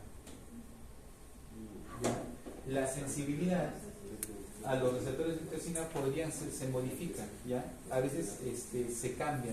O sea, a veces va a requerir más dosis para generar el estímulo que yo quiero. ¿Ya? A veces pasa eso. La sensibilidad uterina a la oxitocina aumenta dramáticamente durante el embarazo. Se produce un aumento en los receptores de oxitocina, ¿ya? Por eso les digo, ustedes que ahorita sienten sus cólicos menstruales, sienten esos cólicos por mínimas cantidades de receptores de oxitocina que están en su útero que son estimulados. Se imagina que esté todo su útero con expresión de receptores, es muy intenso. Comparado con el útero de las no embarazadas, el número de receptores aumenta 6 veces a las 16 semanas, 80 veces y 200 veces de receptores, muchos más, al finalizar o durante el trabajo de parto. 200 veces más los receptores que normalmente tienes. Entonces, tu cólico menstrual, dígalo por decir. Ya, más o menos, ya habíamos sacado tu cálculo. ¿Ya? Entonces, y eso se da básicamente porque acá, ¿quién entra a tallar? el estrógeno. El estrógeno tiene una peculiaridad durante el embarazo de cuando ya nos acercamos a las partes finales, incrementa la cantidad de receptores a nivel uterino. O sea, cuando suben los niveles de estrógenos va a hacer que los receptores se vayan expresando mucho más. Ahora, existe un fenómeno que le llaman las pseudocontracciones, ¿no? A veces cuando están a los 8 meses más o menos, vienen como contracciones suaves y pasan, ¿no? Y es porque el útero ya está empezando ya a aumentar su expresión de receptores. Y como pueden ver, a las 16, al término, ya tienes 80 veces los receptores. Y es por eso que puede haber contracciones suaves. Y dicen, es un falso inicio de trabajo de parto. Es como que, doctor, siente que se pone duro. Después, ya pasó. Entonces era un falso inicio de trabajo de parto, ¿no? Y eso es porque los receptores ya están expresando mayor cantidad, ¿no? Pero cuando ya es realmente el trabajo de parto, doctores, ahí sí lo sientas, ¿no? Ahora, ¿cómo es el control endocrinológico de la lactancia? La información sensorial del útero, dilatación del cuello uterino, que vemos que durante el parto, y los pezones durante la succión es transportada por fibras sensoriales tipo C. ¿Neuro están haciendo ustedes? No. ¿Qué es una fibra tipo A, tipo B, tipo C? Ya, existe un tipo C. A través de los ganglios de la raíz dorsales, en la médula espinal, donde envían proyecciones ascendentes a través de los tractos espinotalámicos y los tractos espinocervicotalámicos al núcleo posterolateral ventral del tálamo. Aquí ya no vamos a hablar del hipotálamo, sino vamos a hablar del tálamo. Y así como el hipotálamo tiene todos sus núcleos, un montón de núcleos, el tálamo también tiene un casi equivalente de núcleos. Eso lo van a enseñar en neuro. Tiene un montón de núcleos que tienen que ver con la vía motora, unos tienen con la vía sensitiva, otros tienen que ver con la vía emocional también, ¿sí? Igual que el hipotálamo. Entonces, en este caso, este tracto talámico, básicamente espinotalámico y espinocervicotalámico, que van a ir al núcleo posterolateral ventral del tálamo, ¿ya? Es lo que va a llevar esas sensaciones de percepción, que al final el tálamo lo va a comunicar al cerebro y el cerebro dará una respuesta para la secreción, por ejemplo, de más oxitocina o de prolactina, ¿ya? Eso hablando en las fases finales de la concepción, porque recuerden que las mamas van a crecer, ya va a haber una cierta producción de leche, por eso las mamas comienzan, ¿no?, a aumentar de tamaño, pero no se va a dar todavía la lactancia. Eso vamos a verlo más adelante. Y es bien curioso, porque cuando los niveles de oxitocina comienzan a elevarse, ¿listo?, llega una fase cuando ya nace el bebé. No significa que el cuerpo de la mujer no secrete oxitocina. A lo contrario, cuando ya nace el bebé hay más oxitocina. ¿Por qué? Para contraer.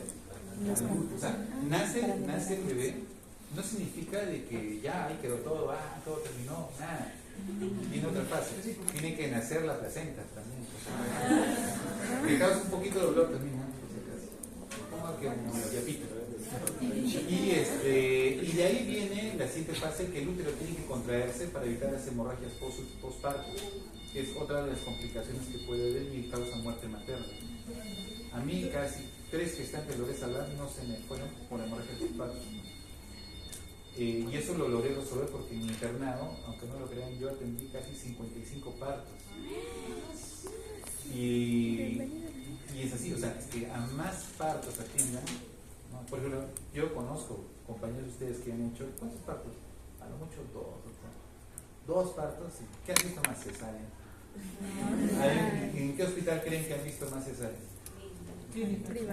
Privadas o hospitales grandes como Almenara o Revalete. Almenara y Revalete no van a ir a un trabajo de parto pues normal, ¿no? Ahí van complicados para hacer cesáreas complicadas, ¿no? Por eso son niveles de referencia. Entonces, si tú vas a tu internado en Almenara o Revalete, no esperes atender partos normales. Los partos normales se atienden en hospitales más periféricos. Cuando ya son complicados, los derivan a Almenara.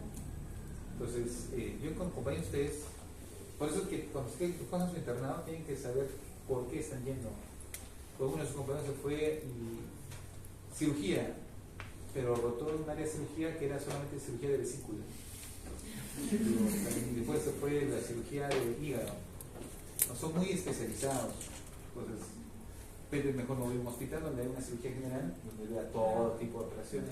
no sé, el internado tiene que saber a dónde quieren apuntar. En este caso, felizmente, mi hospital era un hospital grande y no había postas y todo lo mandaban a ese hospital que era nivel 3. Y por noche atendíamos por lo menos 20 partos y de día atendíamos por lo menos 30, 50 nacimientos por día. Sí, bueno, porque sea por 60 años. Ya. Entonces, recordando un poco este punto, doctores, lo que quiero resaltar es lo siguiente. No se olviden que todos los estímulos que van a ir al tálamo, ¿sí? Van a ir al tálamo. Acá está, acá lo pueden ver. ¿Ya? Ahora, las fibras adrenérgicas, en este caso tipo A2, el núcleo del tracto solitario, que por cierto es un núcleo muy importante que no solamente tiene que ver con la parte que tocamos, de la parte de la alimentación, del estrés, que tiene que ver mucho el núcleo del tracto solitario, sino también tiene que ver con respecto a las fibras que la oxitocina va a mandar como respuesta para generar cambios en estados emocionales o alimenticios. Se imagina que en el momento de trabajo de parto tú tengas ganas de querer comer. No, pues no existe, se inhibe esa respuesta. Bien, liberando la adrenalina y esto va a ir en el núcleo paraventricular, ¿sí? ¿Se acuerdan? Y el núcleo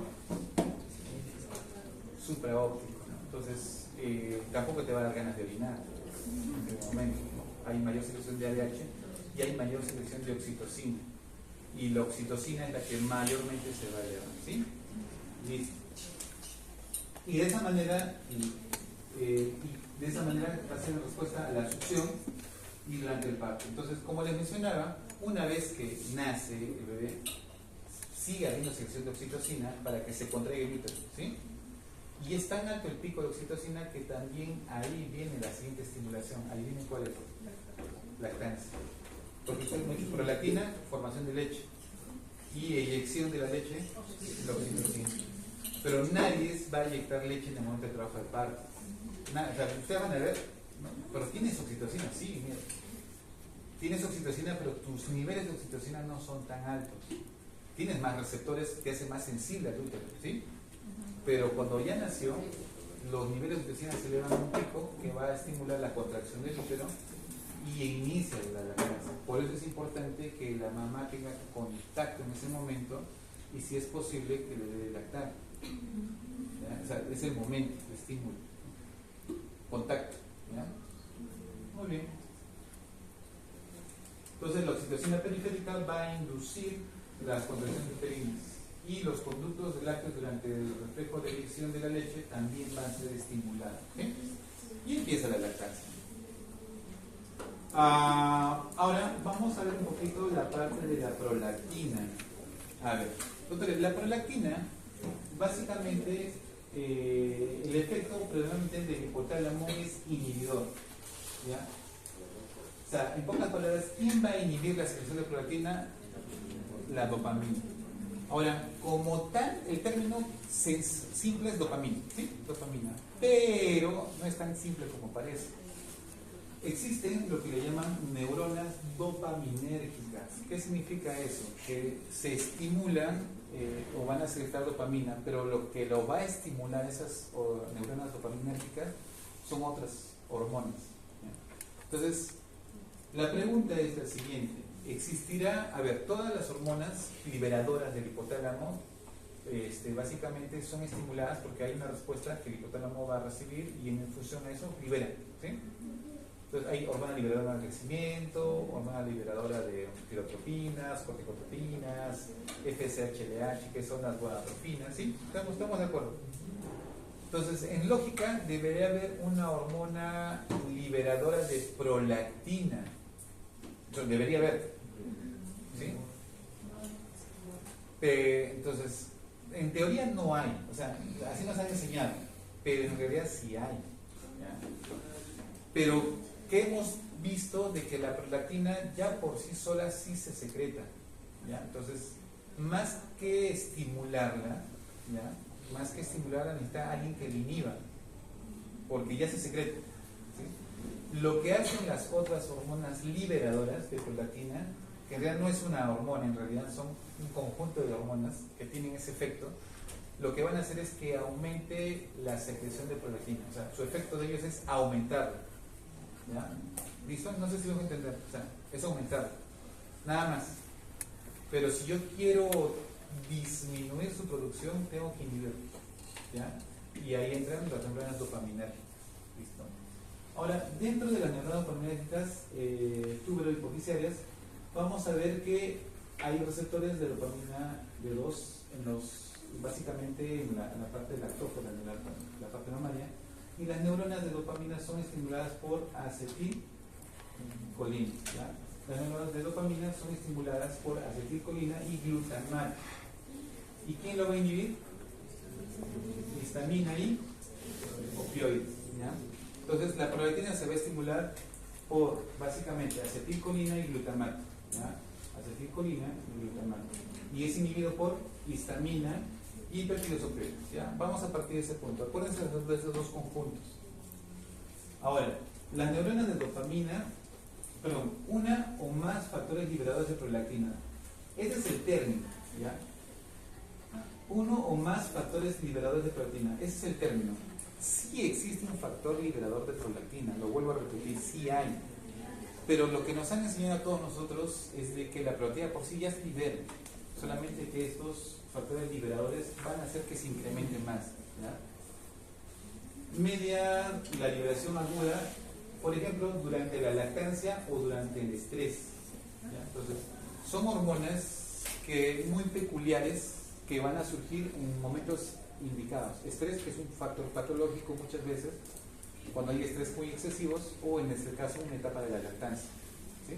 Porque todos nosotros ahorita tenemos prolactina. No es que nos secretemos prolactina, ustedes también tienen prolactina. Los varones tienen prolactina, por si acaso. ¿Ya? Entonces, cuando hay estímulos de donde yo necesito mayor prolactina, es donde van a actuar los factores liberadores de prolactina. ¿Listo? Ahora, el hecho que no los tenga no significa que no se secrete prolactina. ¿Me dejo entender? No sé si captan el concepto. Ya, no tengo los factores liberadores de prolactina, pero sigue habiendo prolactina. Solamente que en los niveles basales que normalmente se usan. ¿Ya? Hay varios factores liberadores de prolactina. Por ejemplo, uno de ellos, ¿quién es? A ver, ¿quién? Hormona liberadora de tirotropina. En pocas palabras, las hormonas estimuladas para la secreción ¿de qué? De hormonas tiroideas. ¿Cómo yo podría aumentar los niveles de TRH? A ver, fisiológicamente, ¿qué se les ocurre? Disminuyendo el T3-T4. ¿O disminuyendo a quién? Al TSH. O sea, puedo tener un hipotiroidismo primario o puedo tener un hipotiroidismo secundario, y ambos que me van a producir aumento del TRH. ¿Sí? ¿Estamos de acuerdo o no? ¿Me están siguiendo o lo vuelvo a repetir? O sea, ¿cómo yo aumento el TRH? Disminuyendo el T3-T4. Yo lo puedo disminuir primario si es que malogro la glándula o está malograda, como un hipotiroidismo de Hashimoto autoinmune, o puedo tener un adenoma que me disminuye la producción en el de hipófisis de TSH y va a ser un estímulo, va a decir, oye, no hay, y aumento mi TRH. ¿Sí? Doctor, me está diciendo que los pacientes que tengan hipotiroidismo podrían tener hipersecreción de prolactina. ¿Qué deducen con lo que acabamos de comentar? Sí, y esa es una de las cosas que algunos pacientes hipotiroideos podrían tener, secreción de prolactina aumentada, y en unas damas podría haber hasta producción de leche. ¿Ya? ¿Sí? ¿Entienden la lógica fisiológica, fisiopatológica? ¿Ya? Listo, vamos. Otro, el polipéptido intestinal vasoactivo, el famoso PIP, y otro, ¿adivinen quién? Oxitocina. La propia oxitocina también puede incrementar la secreción de prolactina. Entonces, por eso a estos tipos de hormonas, o sea, no es que exista una sola hormona que sea liberadora de prolactina. O sea, se ha visto que hay un conjunto de hormonas que pueden tener esa función, que usan la prolactina en todo momento. Unas son las tiroideas, este es el famoso PIP a nivel intestinal, y es la oxitocina. ¿Ya?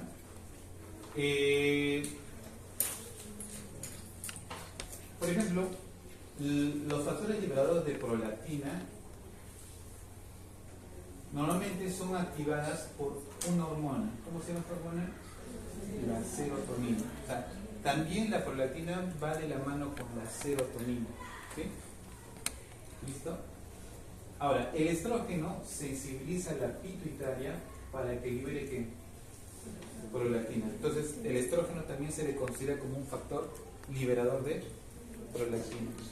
En realidad, o sea, su nombre no es ese en realidad, pero actúa como uno de ellos. Por eso le decía, los factores liberadores no es solamente uno, pueden haber muchos que tienen ese efecto. ¿Ya? ¿Listo? Aumenta la secreción. También incluye la secreción de gonadotropina al suprimir la liberación de hormonas liberadas de gonadotropina. Bien, entonces recordemos eso, prolactina tiene varios factores que lo estimulan, pero ya saben quién es su inhibidor por excelencia, la dopamina. ¿Sí? Bien, entonces observemos, miren, cuando la dama va básicamente está gestando, viene la fase de producción de prolactina, comienza a haber crecimiento mamario por la oxitocina, viene la introducción de leche, pero recuerden, no se da la eyección o la creación de leche mientras no tenga los picos de oxitocina adecuados en el momento que ya nace el bebé, ¿no? El producto. ¿Ya? Ahora, vamos a ver un poquito cómo es que la prolactina se relaciona en la parte emocional. ¿Ya? Muchas veces vamos a ver que la prolactina tiene efectos interesantes con respecto a la parte de la emoción, en la parte social, en la parte cognitiva, el olor, en la percepción, en los sonidos. O sea, la oxitocina y la prolactina activan los sentidos de una mujer, los hacen mucho más alerta. No sé si han visto ese experimento que reconoce a tu bebé por el llanto. Sí. Se escuchan llorar, pueden escuchar muchos bebés, pero la dama escucha y dice, no, por ahí está llorando mi hijo. Pues yo personalmente cuando veía tantos 20 nacidos, y sí había damas que reconocían el llanto de su... Dice, pero ¿cómo pueden reconocer si para mí todos eran iguales? No sé, hay ciertas percepciones sensoriales, olfativas también, ¿no? Se hacen mucho más perceptibles a los olores, a percibir cosas, ¿no? Y los hacen más emocionales. El apego que sienten las mujeres hacia el bebé es muy intenso en el momento de la secreción de prolactina y oxitocina. Por eso es importante el primer contacto. Algo que ya no se hacía mucho tiempo, ahora ya se hace, ¿no? Cuando nace el bebé tiene que tener contacto piel a piel con la mamá. Es obligatorio, tiene que haber ese contacto. ¿Ya? Porque imagínate, ese es el momento en el cual la dama tiene la mayor cantidad de oxitocina y prolactina en su cuerpo. Es el momento de conexión emocional. Lo que se ha visto que a veces no se hacía, nacía el bebé, mira, pues acaso el varón se lo llevaba. Es mujer, para que no digas después que lo hemos cambiado de casa. Y se lo llevaba. Dejaba que la dama descanse, pasaba ese efecto de oxitocina, ¿no? De prolactina, y comenzaba a bajar. Y a veces en la noche, en la tarde o al día siguiente recién le traían al bebé. ¿Ya? Y es como que, bueno, ya pasó ese efecto y ya tratan de dar, se pierde esa conexión emocional, ¿ya? Y la tienen que construir y a veces nuevamente.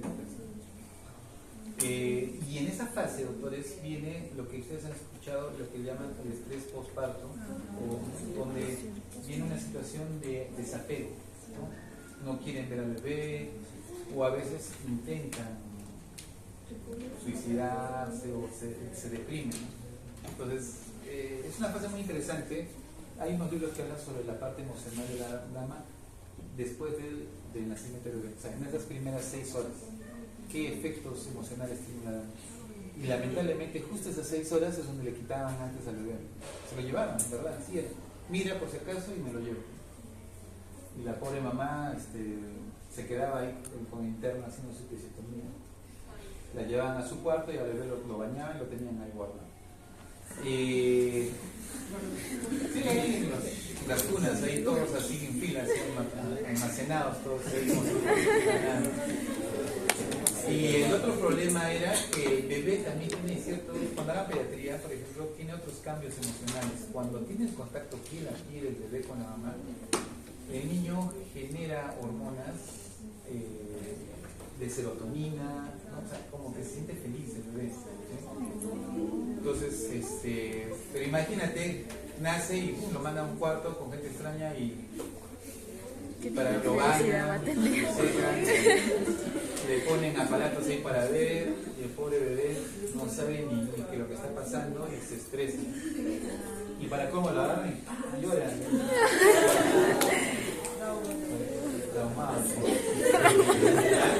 Entonces, la oxitocina va a ver mucho la parte de la agresividad materna, ¿no? Lo va, ¿sí? Ya, entonces hay a nivel del ACTH, las corticotropinas, también va a haber alteraciones del cortisol, ya. Entonces hay muchos cambios que se van a ir dando en la mujer, ya, muchos cambios. Ahora, por ejemplo, miren, efectos inmediatos de la oxitocina. A ver,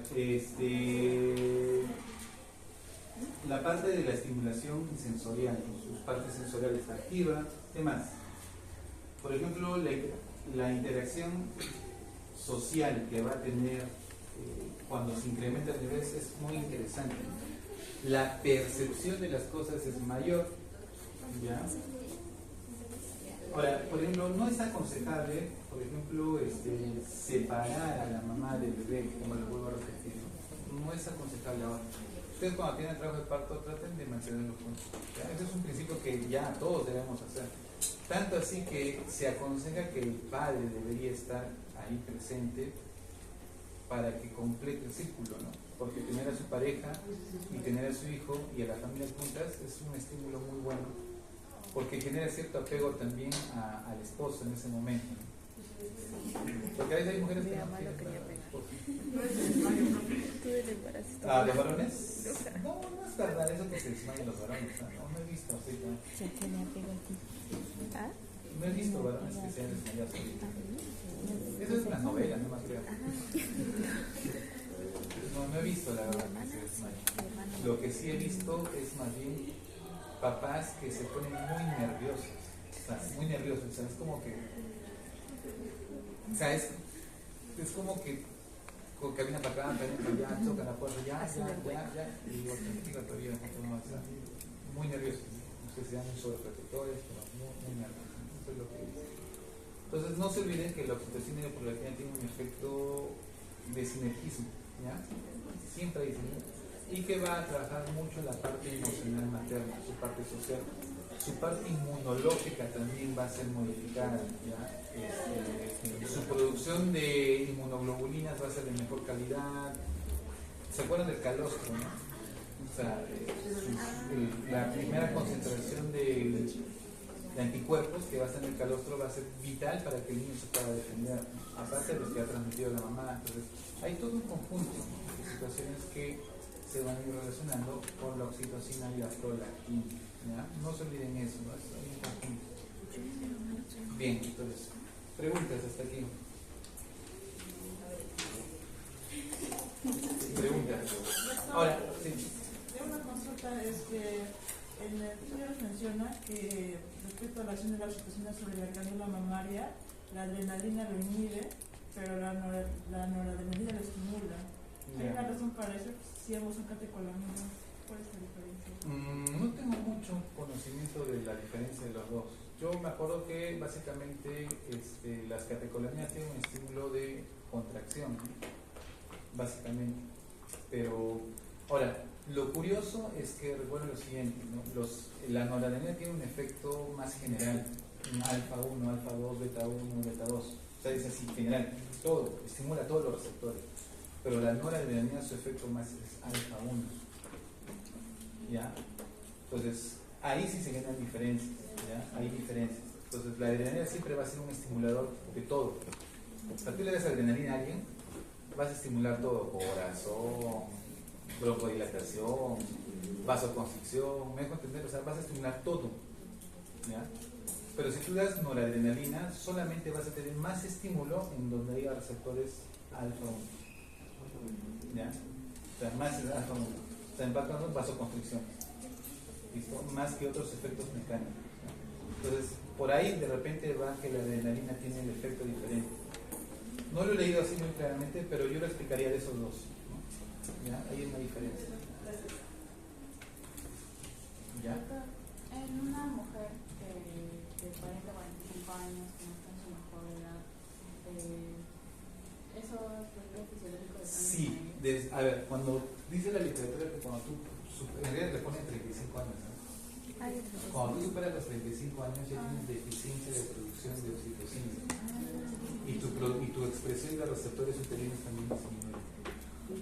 Por eso es que hay más riesgo de desarrollar anatomía uterina a más edad se tenga bebé. Y es más difícil manejar las contracciones uterinas. Entonces, porque hay menor cantidad de receptores y hay menor respuesta a la oxitocina. Pero, lo que no significa que no puedan tener hijos, pero sí ha habido casos de dificultad. Ahora, no digo que 35 ya todos, no, te digo que es un promedio de corte. Dice el partido de los 35, como dicen, hay personas que yo he visto que han dado luz normal a los 45 años. Normal, 45 es un parto normal. Dan tranquilos, se corta de su útero y todo bien. Pero el riesgo aumenta. 35 años. Pero es lo que se aconseja que los tener hijos debe ser en el promedio de 25 a 35 años. ¿Ya? No debería ser más de 35 años. Entonces, antes todos tenían sus hijos más o menos a partir de los 20 años. Esa era el promedio. Hoy, igual que la hermana Juárez se casó a 18, 19 años se casó la hermana Juárez.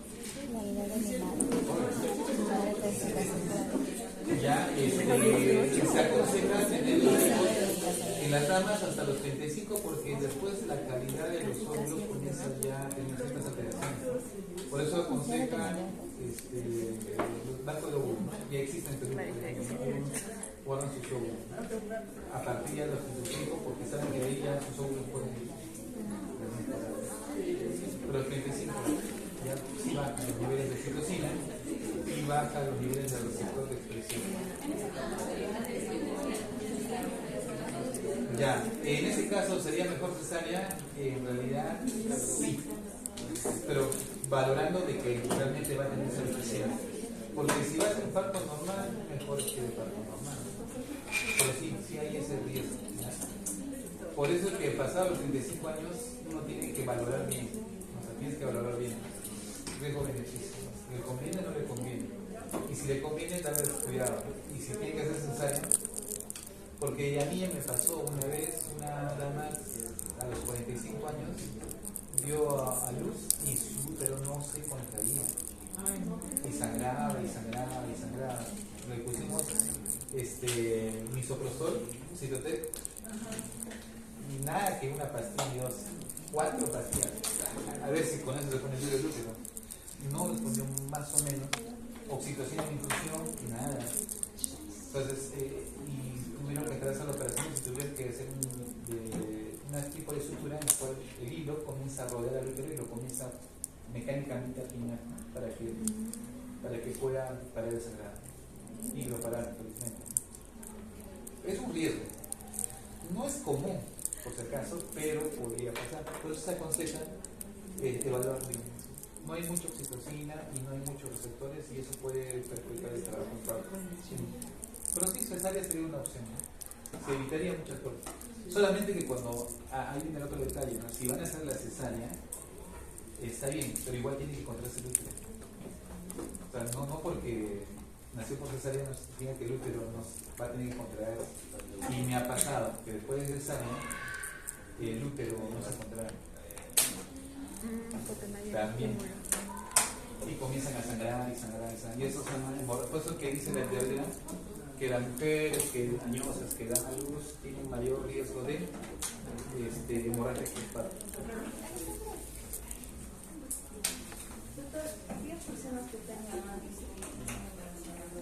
Addison. Básicamente la enfermedad de Addison es deficiencia de básicamente glándula suprarrenal, que podría ser una deficiencia del CTH, que es arriba, ¿no? Si es que el problema es, depende, normalmente el Addison es primario, problema de la glándula suprarrenal. Entonces, cuando tienen problema de glándula suprarrenal, tienen un exceso de ACTH. ¿Sí? Arriba, tienen mucho no tienen cortisol porque tienen Addison. Recuerden que Addison no hay glucocorticoides, no hay mineralocorticoides, ¿listo? Hay muchas veces deficiencia en la producción de andrógenos. También tienen bajas un poco sus niveles de testosterona, los varones, y un poquito de estrógenos también, porque recuerda que también el hormona suprarrenal produce eso. Tienen muy poco alterado su secreción de adrenalina o adrenalina, pero más es mineralocorticoides y glucocorticoides. Esa deficiencia en el Addison hace que tengas más ACTH. Y aunque no lo creas, el ACTH va a generar un hiperestímulo a nivel central. Y en algunos casos se ha asociado sí, que tienen problemas también al momento de trabajo del parto, básicamente por el manejo de estrógenos. ¿Ya? Y sí, pueden tener problemas también en la contracción uterina. Es de riesgo, en realidad. Porque recuerden que el Addison, si no está bien manejado, te va a generar alteraciones de sodio, potasio, la presión, hacen hipotensión, hacen hipoglicemia, y más un embarazo, la verdad es bien complicado manejarlo. Ahora no le voy a dar corticoides, porque si tú le das corticoides a una mujer que está gestando, vas a alterar la fisiología y la formación del bebé. O sea, es como que... Pero sí nos ha pasado. Tú le dices que no puede embarazarse y se han embarazado. ¿Qué le vas a decir? ¿Abórtalo? Ya está embarazada y hemos tenido que manejar eso.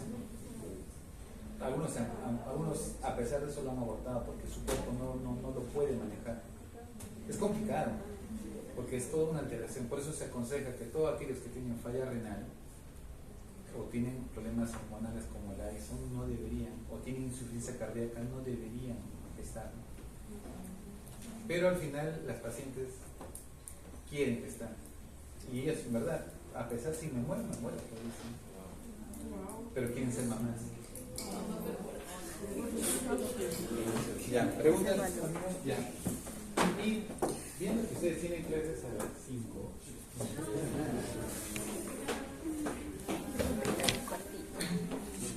Vamos a estirar un poco.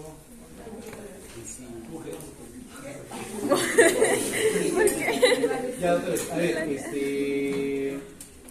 hicieron con la doctora Segura, ¿no? La parte de psicología. Ya. Miren, nos falta un tema nomás que es hormona de crecimiento de deformidad para completar. Su examen es el día viernes, ¿sabes?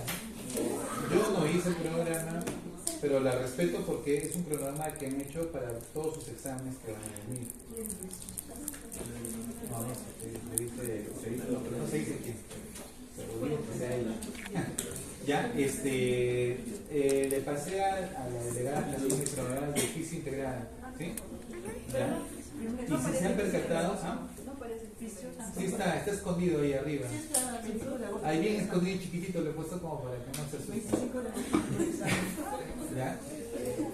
Según la programación que han hecho, miren, yo los exámenes, yo no he hecho el orden de los exámenes, ¿ya? La escuela lo ha diseñado en función a todos los cursos que están llevando para que no se crucen. Por tal motivo, ese primer examen está programado para el día 25, creo, ¿no? Sí. De 7:30 a 9:20, ya. Va a ser su primer examen de física integrada. Y de ahí continuamos haciendo las clases normales, ¿no? De ahí creo que va a pasar unas 4 semanas y viene su segundo examen, me parece. De ahí va a pasar otras 4 semanas, viene su tercero y otras 4 semanas y viene ya su examen, su cuarto examen, ¿ya? Entonces, vayan leyendo, doctores, ahí les he pasado los temas que se va a tomar. A su delegado le voy a pasar hoy día el caso clínico que vamos a discutir la próxima semana. ¿Sí? El caso clínico lo voy a tener que dividir a los que son de física integrada en 3 grupos o 4 grupos, que ustedes son bastantes. En comparación del grupo 3, que solamente son 23. ¿Qué? Solamente son 23. Qué desigualdad. Pero es más chévere, o sea, yo me lo veo, pero es más chévere porque son pocos. Y es más interesante para mí poder interaccionar con ellos, conversar. Cuando son más, es más complicado poder interaccionar. Son pocos los que participan y otros solamente me miran y otros se esconden por atrás y no quieren que los vean. Entonces, no se va a poder. Es que otra vez el examen del viernes va a entrar todo menos la hormona de crecimiento, ¿ya? Todo lo que fue este día. ¿Ya?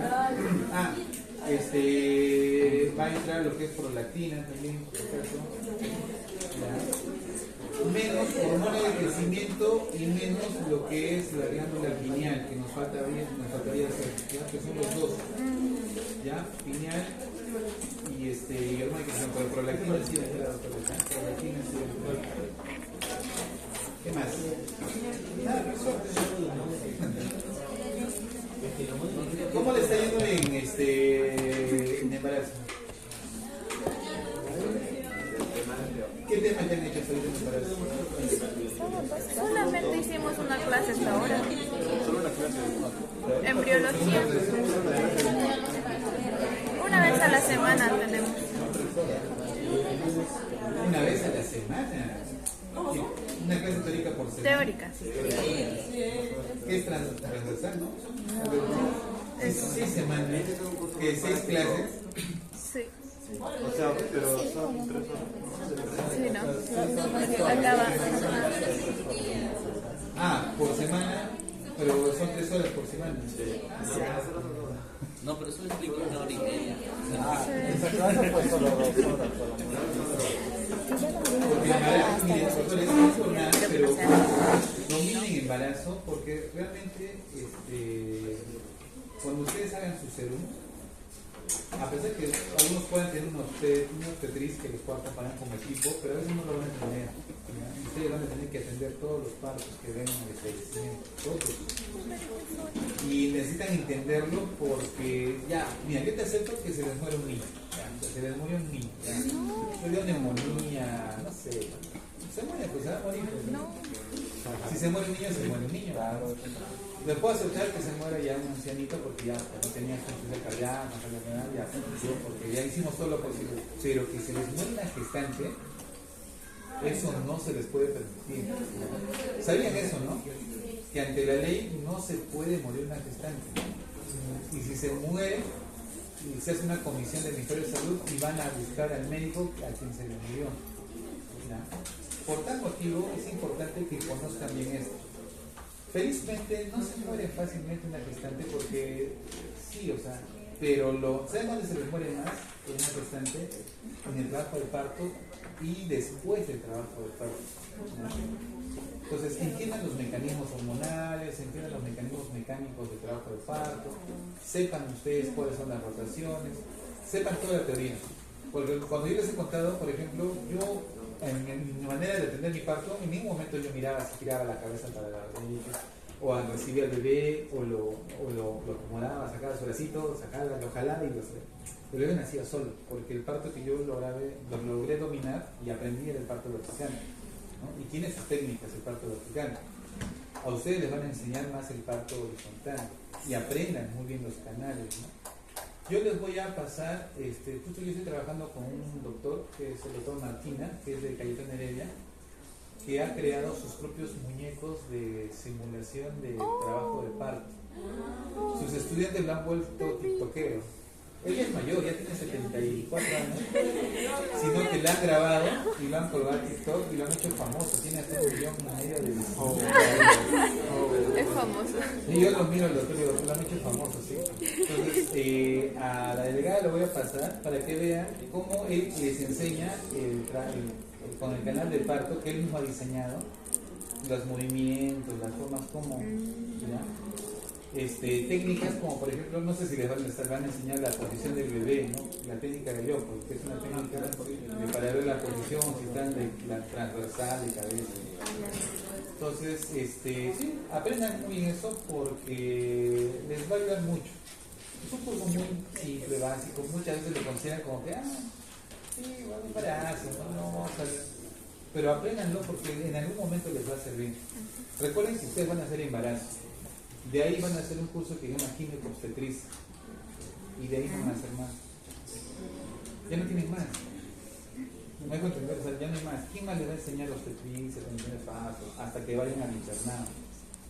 Entonces aprovechen esos dos cursos para aprender todo lo que puedan y ya, pues, y practicar.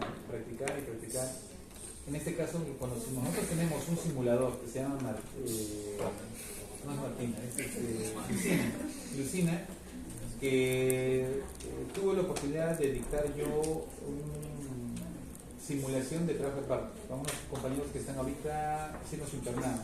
Hicimos toda una práctica de atención de parto. ¿Y saben qué es lo triste? Que estaban en sexto año. ¿Por qué me pidieron eso? Porque ya van a hacer su internado. Y dije, a ver, quiero ver qué han aprendido. Atienden el parto. Y ninguno lo hizo bien. A uno le digo, ¿sabes qué va a pasar con él? Se te va a caer y se va a golpear la cabeza. En verdad, lo agarró y el bebé se le escapó de las manos. ¿Te imaginas que se te escape un bebé? De hecho que ya, pues la familia se te trae encima, ¿no? Entonces, hasta la técnica de agarrar todo eso, en su momento lo van a tener que aprender. Vean, observen cómo agarran al bebé, todo eso. Porque son pocos cursos que van a hacer de ginecobstetricia, ¿ya?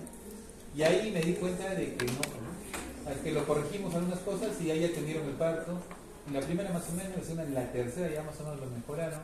Y en la cuarta le hicieron más. Porque tenemos un simulador. ¿Saben qué es lo triste de ese simulador? Que han gastado mucho dinero. Y a ver, imagínate que todos ustedes van a tener un parto con ese simulador. ¿Cuántas veces vamos a repetir? Toda su promoción, no estoy hablando solamente de ustedes. Son casi 120 más o menos en total, todos.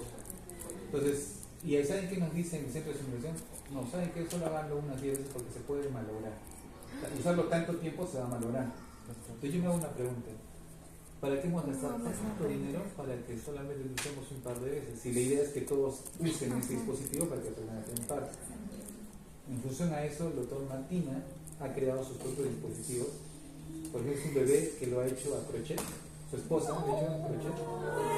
Y eso, y ha creado un canal de parto con tubos, y ha creado todo eso. Y él mismo empuja al bebé, él mismo le cambia la postura y tú estás atendiendo. Y tú mismo estás viendo toda la postura y atiendes. Y lo puedes repetir las veces que tú quieras y nunca se va a romper porque es algo mecánico. Ahí lo que yo entendí es de que no es tanto comprar tecnología, sino es tener algo que te ayude a ti a fijar la atención de parto. Una maqueta, un movimiento, alguien que esté. A ver, chicos, les voy a pasar al doctor Martina para que a ver si le ponen su like. Me vuelve famosa. Ya, para que lo puedan ver. No sé si estará acá, vamos a ver.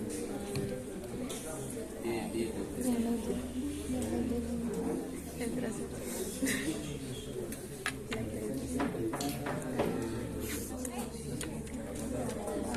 Aquí no. Por eso ya me cambié de sitio.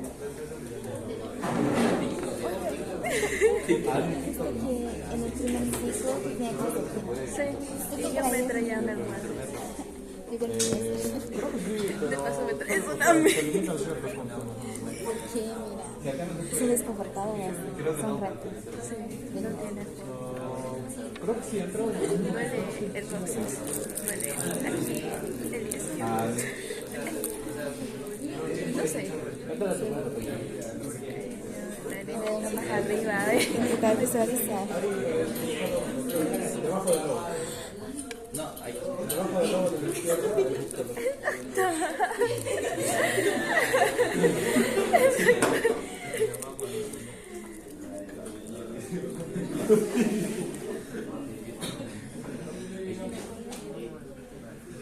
el perfil la punta.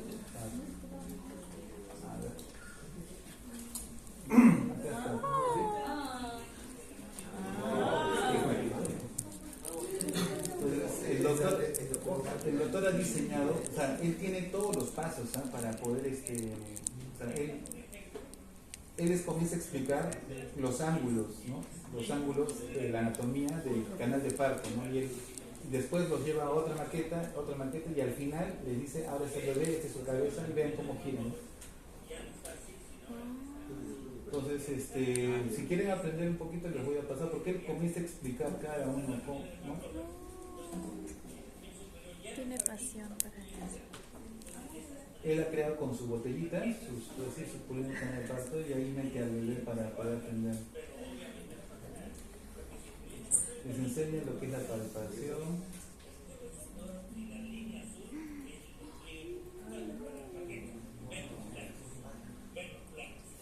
Ahí demuestra cuáles son los planos musculares, ¿no?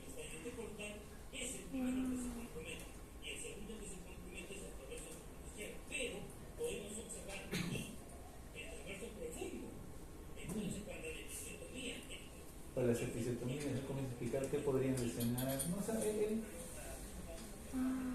ahí pone para sus maniobras de Heliópolis. Les enseña a palpar maniobras de Heliópolis. En realidad, como les digo, él no se graba. Quien lo graba son sus estudiantes. Y ellos le han creado su página de TikTok. Yo por eso yo les decía, ¿no? El doctor también hay, por ejemplo, muestra cómo nace el bebé en ese canal. Uno dice, ¿cómo van a nacer en este pequeño canalcito? ¿No? Y ahí comienza a explicar cómo es las funciones y los cambios. Entonces, él crea todo, él crea sus propios esquemas y a sus estudiantes los hace atender partos ahí. No sé en qué parte. Aprecian el icono de su... ¿Cuál? El icono redondito de su canal, arriba, ¿no? Ese es el radio. Para ver su canal.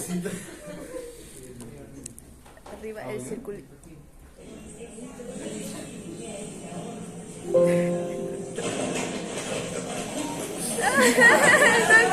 Tiene sus técnicas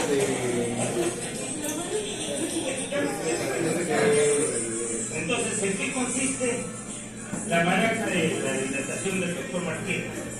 Este disco es de 10 centímetros.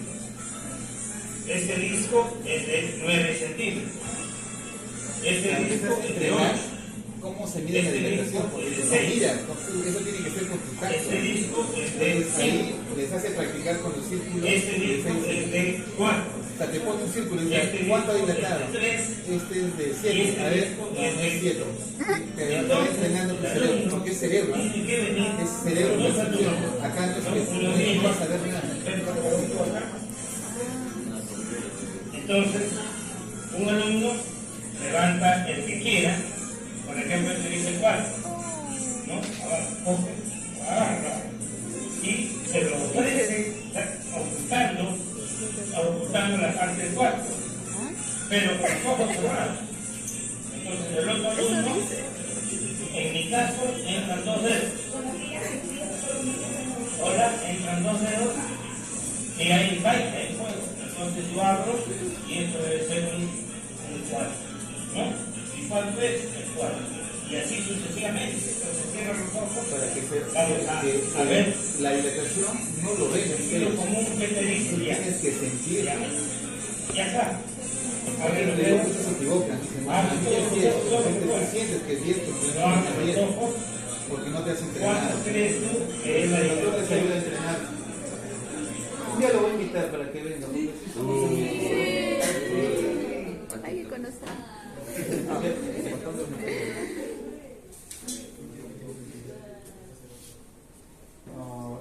Esto es la atención de parto vertical. Por ejemplo, Estamos hoy, 22 de septiembre de 2023, haciendo una nueva presentación de la maqueta artesanal de parto vertical del doctor Marco Martina. Aquí vemos que la paciente está dando a luz vertical, parada. Y estamos acá con mis amigas, las señoritas obstetrices, las mejores obstetrices del Perú y del mundo que trabajan en el hospital de Almenara. Tenemos esa preciosura, mi amiga la señora, una de mis mejores amigas, la señora.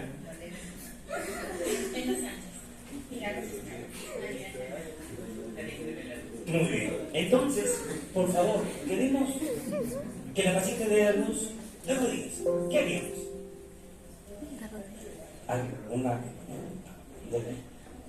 Entonces, vemos como la señorita está aflojando el perno mariposa y es como que le pones de rodillas. Ya está la paciente de rodillas. Entonces, y para que vean cómo cambia la postura de la pelvis.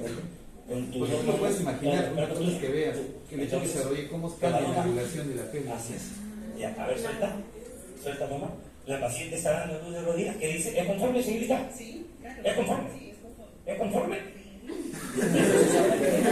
Que la paciente dé a luz en cuclillas o carcañar, posición de carcañar. ¿Qué haríamos?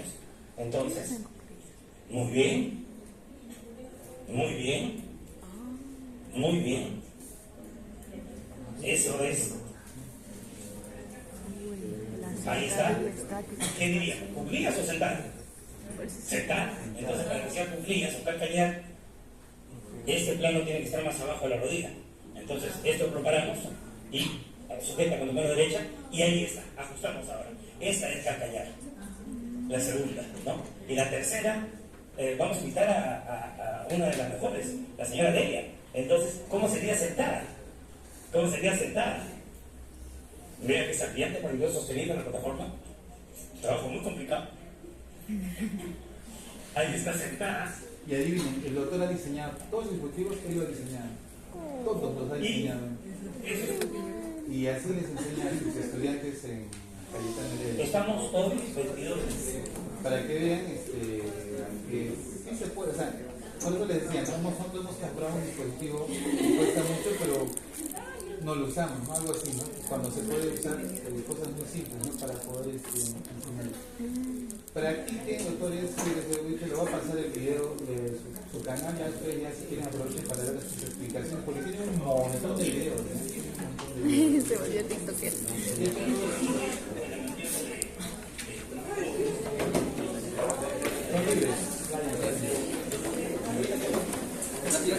Voy a mi cuarto.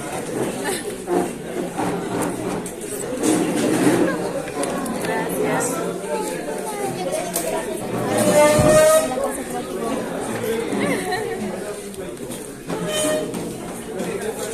Hay que pagar.